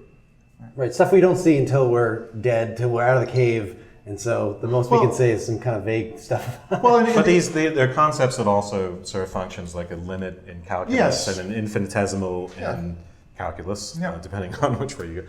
But, and you can always ask these questions about, well, the infinitesimal is paradoxical, or is there really, the limit? But their sort of problematic nature doesn't eliminate the fact that they serve their functions. They serve their functions mathematically, and they serve their functions philosophically. All right, let's keep the folks coming up, and we'll try not to have a 15-minute conversation in response to each question, because this will get long. Yeah, I really liked what you guys are saying about the static and that dynamic. And the third term you guys are trying to talk about, and I don't mean to drop a name, but I find it really helpful. Dylan said that Dylan's not a name. That's okay. That's not a name drop. You can drop Dylan's name. That's awesome. No, that's okay. The Dylanonian concept, I guess, of you said the lover is the third term, and that I was really thinking this was Kierkegaard's the relation that relates itself to itself. He's saying the self is that dynamic third term. So maybe the best way to understand it, like you're saying, is not to think about it in this big metaphysics way, but just the ontology of the self going forward towards goals, towards something that they need to achieve. Is that a helpful thing at all? Or? Yeah, I think it is. I don't have anything. Daniel, Kierkegaard expert, did you have anything? Go up to the mic. Go 15 minutes, right? You gotta go up to the mic so we get you on the recording. Sure. So I had, by the way, I had the same thought. I made the same connection. Did you? Yeah. Oh, cool. Yeah. It's a good thought, Seth. Yeah. Good work. But if it's just not a name. No, man, I because you totally have thought of this- that too. You don't just have a name here, though, because it's not just his concept. He's saying what Dylan's saying. It's not a big metaphysical point. The third term is the lover. It's the philosopher. So the philosopher is not just this, like you guys are saying, oh, he's got this profession. The philosopher is the person who's okay with being dynamic and going forward and accepting that kind of task, I guess. It seems like Kierkegaard was doing something like almost one level deeper, where he was saying like the self just is this process, and Plato seems to be saying, or Socrates seems to be saying something more like love is a process that a person does. And so that might be like the difference between the two, but I think they seem related. Like those are. That's a good way to put it. It's explicitly brought up in the Symposium, the idea of being a poet, and the word in Greek for a poesis means to be a maker, and that has a analogical meaning across all kinds of things. But to be a poet would mean to write verse and meter and stuff like that. And so that activity of being being a person who is a maker or a lover would be a similar kind of thing. Yeah. All right, thanks, Jeremy. And now Daniel is going to step to the mic, and if you have anything to say about Kierkegaard, feel free, as long as it is brief, and then you're going to read a question. Yeah, I think I'll do the audience a favor and spare them my thoughts on Kierkegaard, but I thought that was a good point, so I'll at least get that thumbs up to the question. But I would like to take an opportunity to share some questions that are coming in live from around the world, and I've got a question here from Angela McLaughlin in Australia, who sends in a question about Diotima in the Symposium, and specifically, she had a two-part related question. One, do you folks feel that Diotima was a real historical character at this time, or was she a literary construct? Wouldn't necessarily expect you guys to have an answer to that, since it seems to be an open question, but just curious if you had any thoughts on this. Perhaps more to the point, though, if she is a literary construct, in a sort of a bizarrely hyper-masculine discussion about the nature of love, you do have this introduction of basically one female character, other than the flute girl, I suppose. Do you guys have any thoughts on what she was meant to represent in the question of love? And Angela throws out a thought here. She says, perhaps Diotima has been brought in as a means of expressing the giving of birth, an activity linked to female. Yes. Yes. But is there anything beyond that to say? Because it seems like that's not an It is the obvious return connection. of the flute girl, right? The flute girl is excluded. Reproductivity is initially excluded. But then, of course, to bring back reproductivity, if that's the point of love, you have to bring back femininity. Right. Well, it's another manifestation of Socrates' claim of being a midwife also. So this language of reproduction, of giving birth, of gaining immortality through that, and of searching for knowledge as being pregnant, all of that language is throughout the dialogue. Sure. And so in the manifestation in this case with Diotima, I don't know that it particularly matters if she's actually real or not. Right. If it's a myth that Socrates is telling. I think, in fact, it doesn't become more or less interesting if she's actually real. Right. I don't think.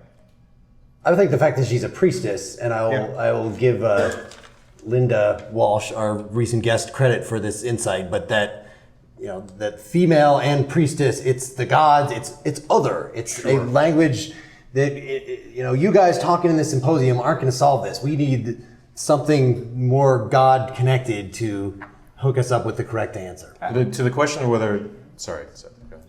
Well, and I think it's also very much a slap in the face of all of the speeches and all of the thought before that indicated that the masculine was the only option for virtue and all this sort of thing. Well, I'm glad you put it that way. I'm going to inject myself into this, and without asking for a normative comment from you guys on this, it does seem to me to sort of invert that. Yes, he's saying, well, hey, women have a role to play here too, except for the fact that it seems to me that the only role that women seem to have a play in this concept is just their utility for reproduction. And unless that's a misinterpretation. No. That's not when you let two pederasts go first. No, but the model of the older male lover and the younger male lover, what Socrates is doing here is saying, well, you know who my lover was? Right. Mm-hmm. Woman, priestess, and just that completely undercuts the whole notion that all the stuff that came before, where the only way that virtue can be transmitted is between male and male. But and ties she's into the clearly not historical, though, because she responds directly to things in the previous speeches. Oh yeah, that's true. Sure. Love is not, about finding your other half. She says that. That's sure. As if she even overheard what Aristophanes. The point is just. And this was not a speech that Aristophanes. But that doesn't matter because clearly, the point is that it's a very obvious way of rejecting the focus on masculinity and men. So, although still bringing in the only female as the exotic fictional other is still super sexist. You can I'm trying to get away. You could make that argument no matter what happened. All right. I'm trying to get away from the idea of how super sexist it is. That I think that kind of goes without saying. I don't think we have to go into the mores of ancient Greece. To me, the issue is it strikes me as odd, unless this is sort of a quirk of Plato himself. Why is it that that's sort of the only mention of it? Seth, you point out, well, Socrates injects this in order to be able to undercut the prior arguments, except for the fact that why is that even necessary? Why is this the one person to whom this seems to be obvious? Right. So what is Plato saying about this group, or what can we derive from Greek attitudes at the time? It's not so much from a judgmental sense of just trying to get in their heads of why is that being brought in as such a unique insight? Fuck, I don't know. I don't know the answer to that question.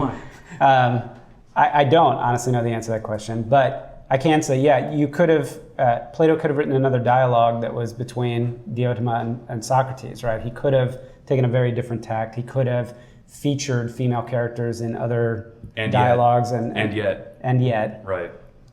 Nonetheless, that's not the way Greek society was at the time. Nonetheless, I think there's something meaningful in the choice. If you believe, so how many people again have read this before did anybody notice the kind of dissonance when we went from kind of the speech-giving, verse-like approach to suddenly the injection of the Socratic questioning approach when Socrates, and you're like, you realize how tedious and painful it is to read that, right? And you were thankful. You were thankful when it went, and then even we got averted. And I think that's indicative of the fact that Plato is a master stylist. And when you read this, every choice he makes is a conscious choice. And so I think we have to give some level of credence to the fact that he made a decision to bring this in then. Even in the commentary that I read about it, saying how the expectation was if you were following the model of the way these things were supposed to go, he should have just stopped right before the Diotima piece. But he doesn't. And the fact that he makes all these conscious decisions, he injects this thing in here. This isn't like Aristotle's students taking notes and cobbling together. There's some integrity to the text. Right. That there's a reason for it, and you got to take it seriously. And that's kind of the sort of generous way of approaching it. So now, what we make of it, fortunately, since I'm not married to authorial intent, I can interpret this any way I want. In which case, that's what I think he's a feminist. Plato was the first radical feminist in philosophy. How's that, Daniel? Very good. All right. All right. Anybody else want to get up here? Maybe one last person. Nothing. Come on. We have two last people. Right. We had simultaneous hands. Yeah, so I just this is Nick. Nick. Yeah. So I just want to thank you guys for the project that you do and the time that you take, because I'm not a philosophy guy, and it's just really great every week to get exposed to new ideas and thinkers and everything. So just thanks a lot, guys. Yeah, thank you. Appreciate it. Clapping for him. Come on up. I don't know that. I'm clapping for the rest Introduce of you. yourself. I can't read your name tag. Hello, my name's Dennis Phillips, and I was trained in mathematics, and I can see some parallels to philosophy. I went into mathematics because I thought it was the end-all, know-all. And then when I got up to my final defense, I realized they were going to send me out on the street without having job talents. But fortunately, I had to work my way through college, and I knew how to grid satellite images, and I was able to make up for that. But and I regard this as the dynamic between the ideal and the real life, and that you can have your ideals, but you have to make your compromises. And when you fall in love, you will find that the person that you're with is not your perfect corresponding partner, nor are you, and you have to work that out, and that's part of the dynamic. So thank you for giving this. Yeah. Thank you. Thank you. Absolutely true. Did we have any more online questions? Yeah, I think we should. Ask another. Sure. We don't need to rush. So why don't we start with a more open-ended question, because maybe people are using this as an opportunity to just ask you guys questions. Generally, I've got a question here from Pepe Silvia, who's asking, which philosophical position, whether it be realism, anti-realism, etc., do you hold in respect to the entities posited by the natural sciences? Missionary. I don't know. Very good. Next question. Is there a philosophical theory that you find utterly distasteful? Yours. I've got one from Michael Burgess. Objectivism. Philosophical theories. We've already. Oh, sorry. Let's hear from Michael Burgess. Yeah, Michael Burgess. Blog Hey, Michael. Emails in. He says here, sort of a multi-part question he throws in. There's a shocker. Right. Does he talk about love as an Lacan? ontological principle can be bound up in gendered metaphysics and cosmologies. Quote, in the beginning a man had sex with a woman and out of their unity arose the world, etc. End quote. What's the best or most accurate or generous interpretation of this kind of metaphysics? Phenomenological or political moral, or is it some sort of genuine realist commitment? Psychological. Excellent. I like it. I like political moral. If you have to choose one of those things, that Sure. if they're going to be talking about Pausanias is the bad version of love and the good version of love, and the way Seth presented it was that these were both daughters of something. But I thought I remember very clearly, just the fact that the low one is androgynous and the high one is male only, like that. No. It had to do with the parents, not with the Aphrodite herself. Okay. But I think when I say psychological, I mean that. I think with Freud and psychoanalysis and contemporary psychology that's been influenced by that, you'll see lots of things that will remind you of the Symposium and this sort of. So you don't have to take it metaphysically. Right. Metaphysically, the idea of female and male principles or whatever you want to say about it being present in all human beings and having a dynamic relationship. Excellent. Michael continues. Michael will wrap up shortly. Comment. Almost definitional of pagan theology are principles which transcend the gods that they have to conform to. The gods are just, etc. I wonder if Seth considers this radical because of Abrahamic theology, in which there are no principles which are separate from the will of God. I'll insert my own asterisk. Not so sure that's the case, but let's throw it out there. Question. What is the better theology for us today? Should we try to rehabilitate pagan theology?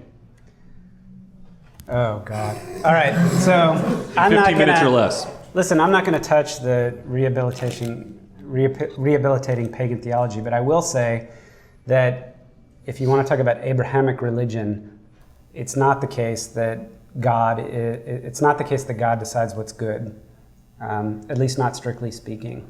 So there's a saying in Judaism that you love the Torah more than God.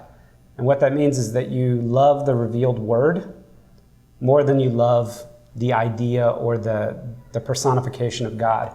And to the extent that God writes down these commandments, he is committed to that covenant in the same way that you are. And to that extent, it's absolutely not true that after that, God can change the rules or decide what's good. Once he enters into the contract, it's binding. So I don't think that's a fair characterization of that particular type of relationship. As to whether we should revive pagan theology or religion, no. It wasn't You said you weren't gonna. I wasn't gonna touch that. What was his word? It wasn't revive. It was Rehabilitate. Rehabilitate. No. I better leave that without comment. Right? Thanks, everybody. Thank you, Daniel. Thank you, Glenn. Thank you, Josh. Thank you all for coming out. Thanks for coming. It's great. Good night. You need your live music again. What's the outro?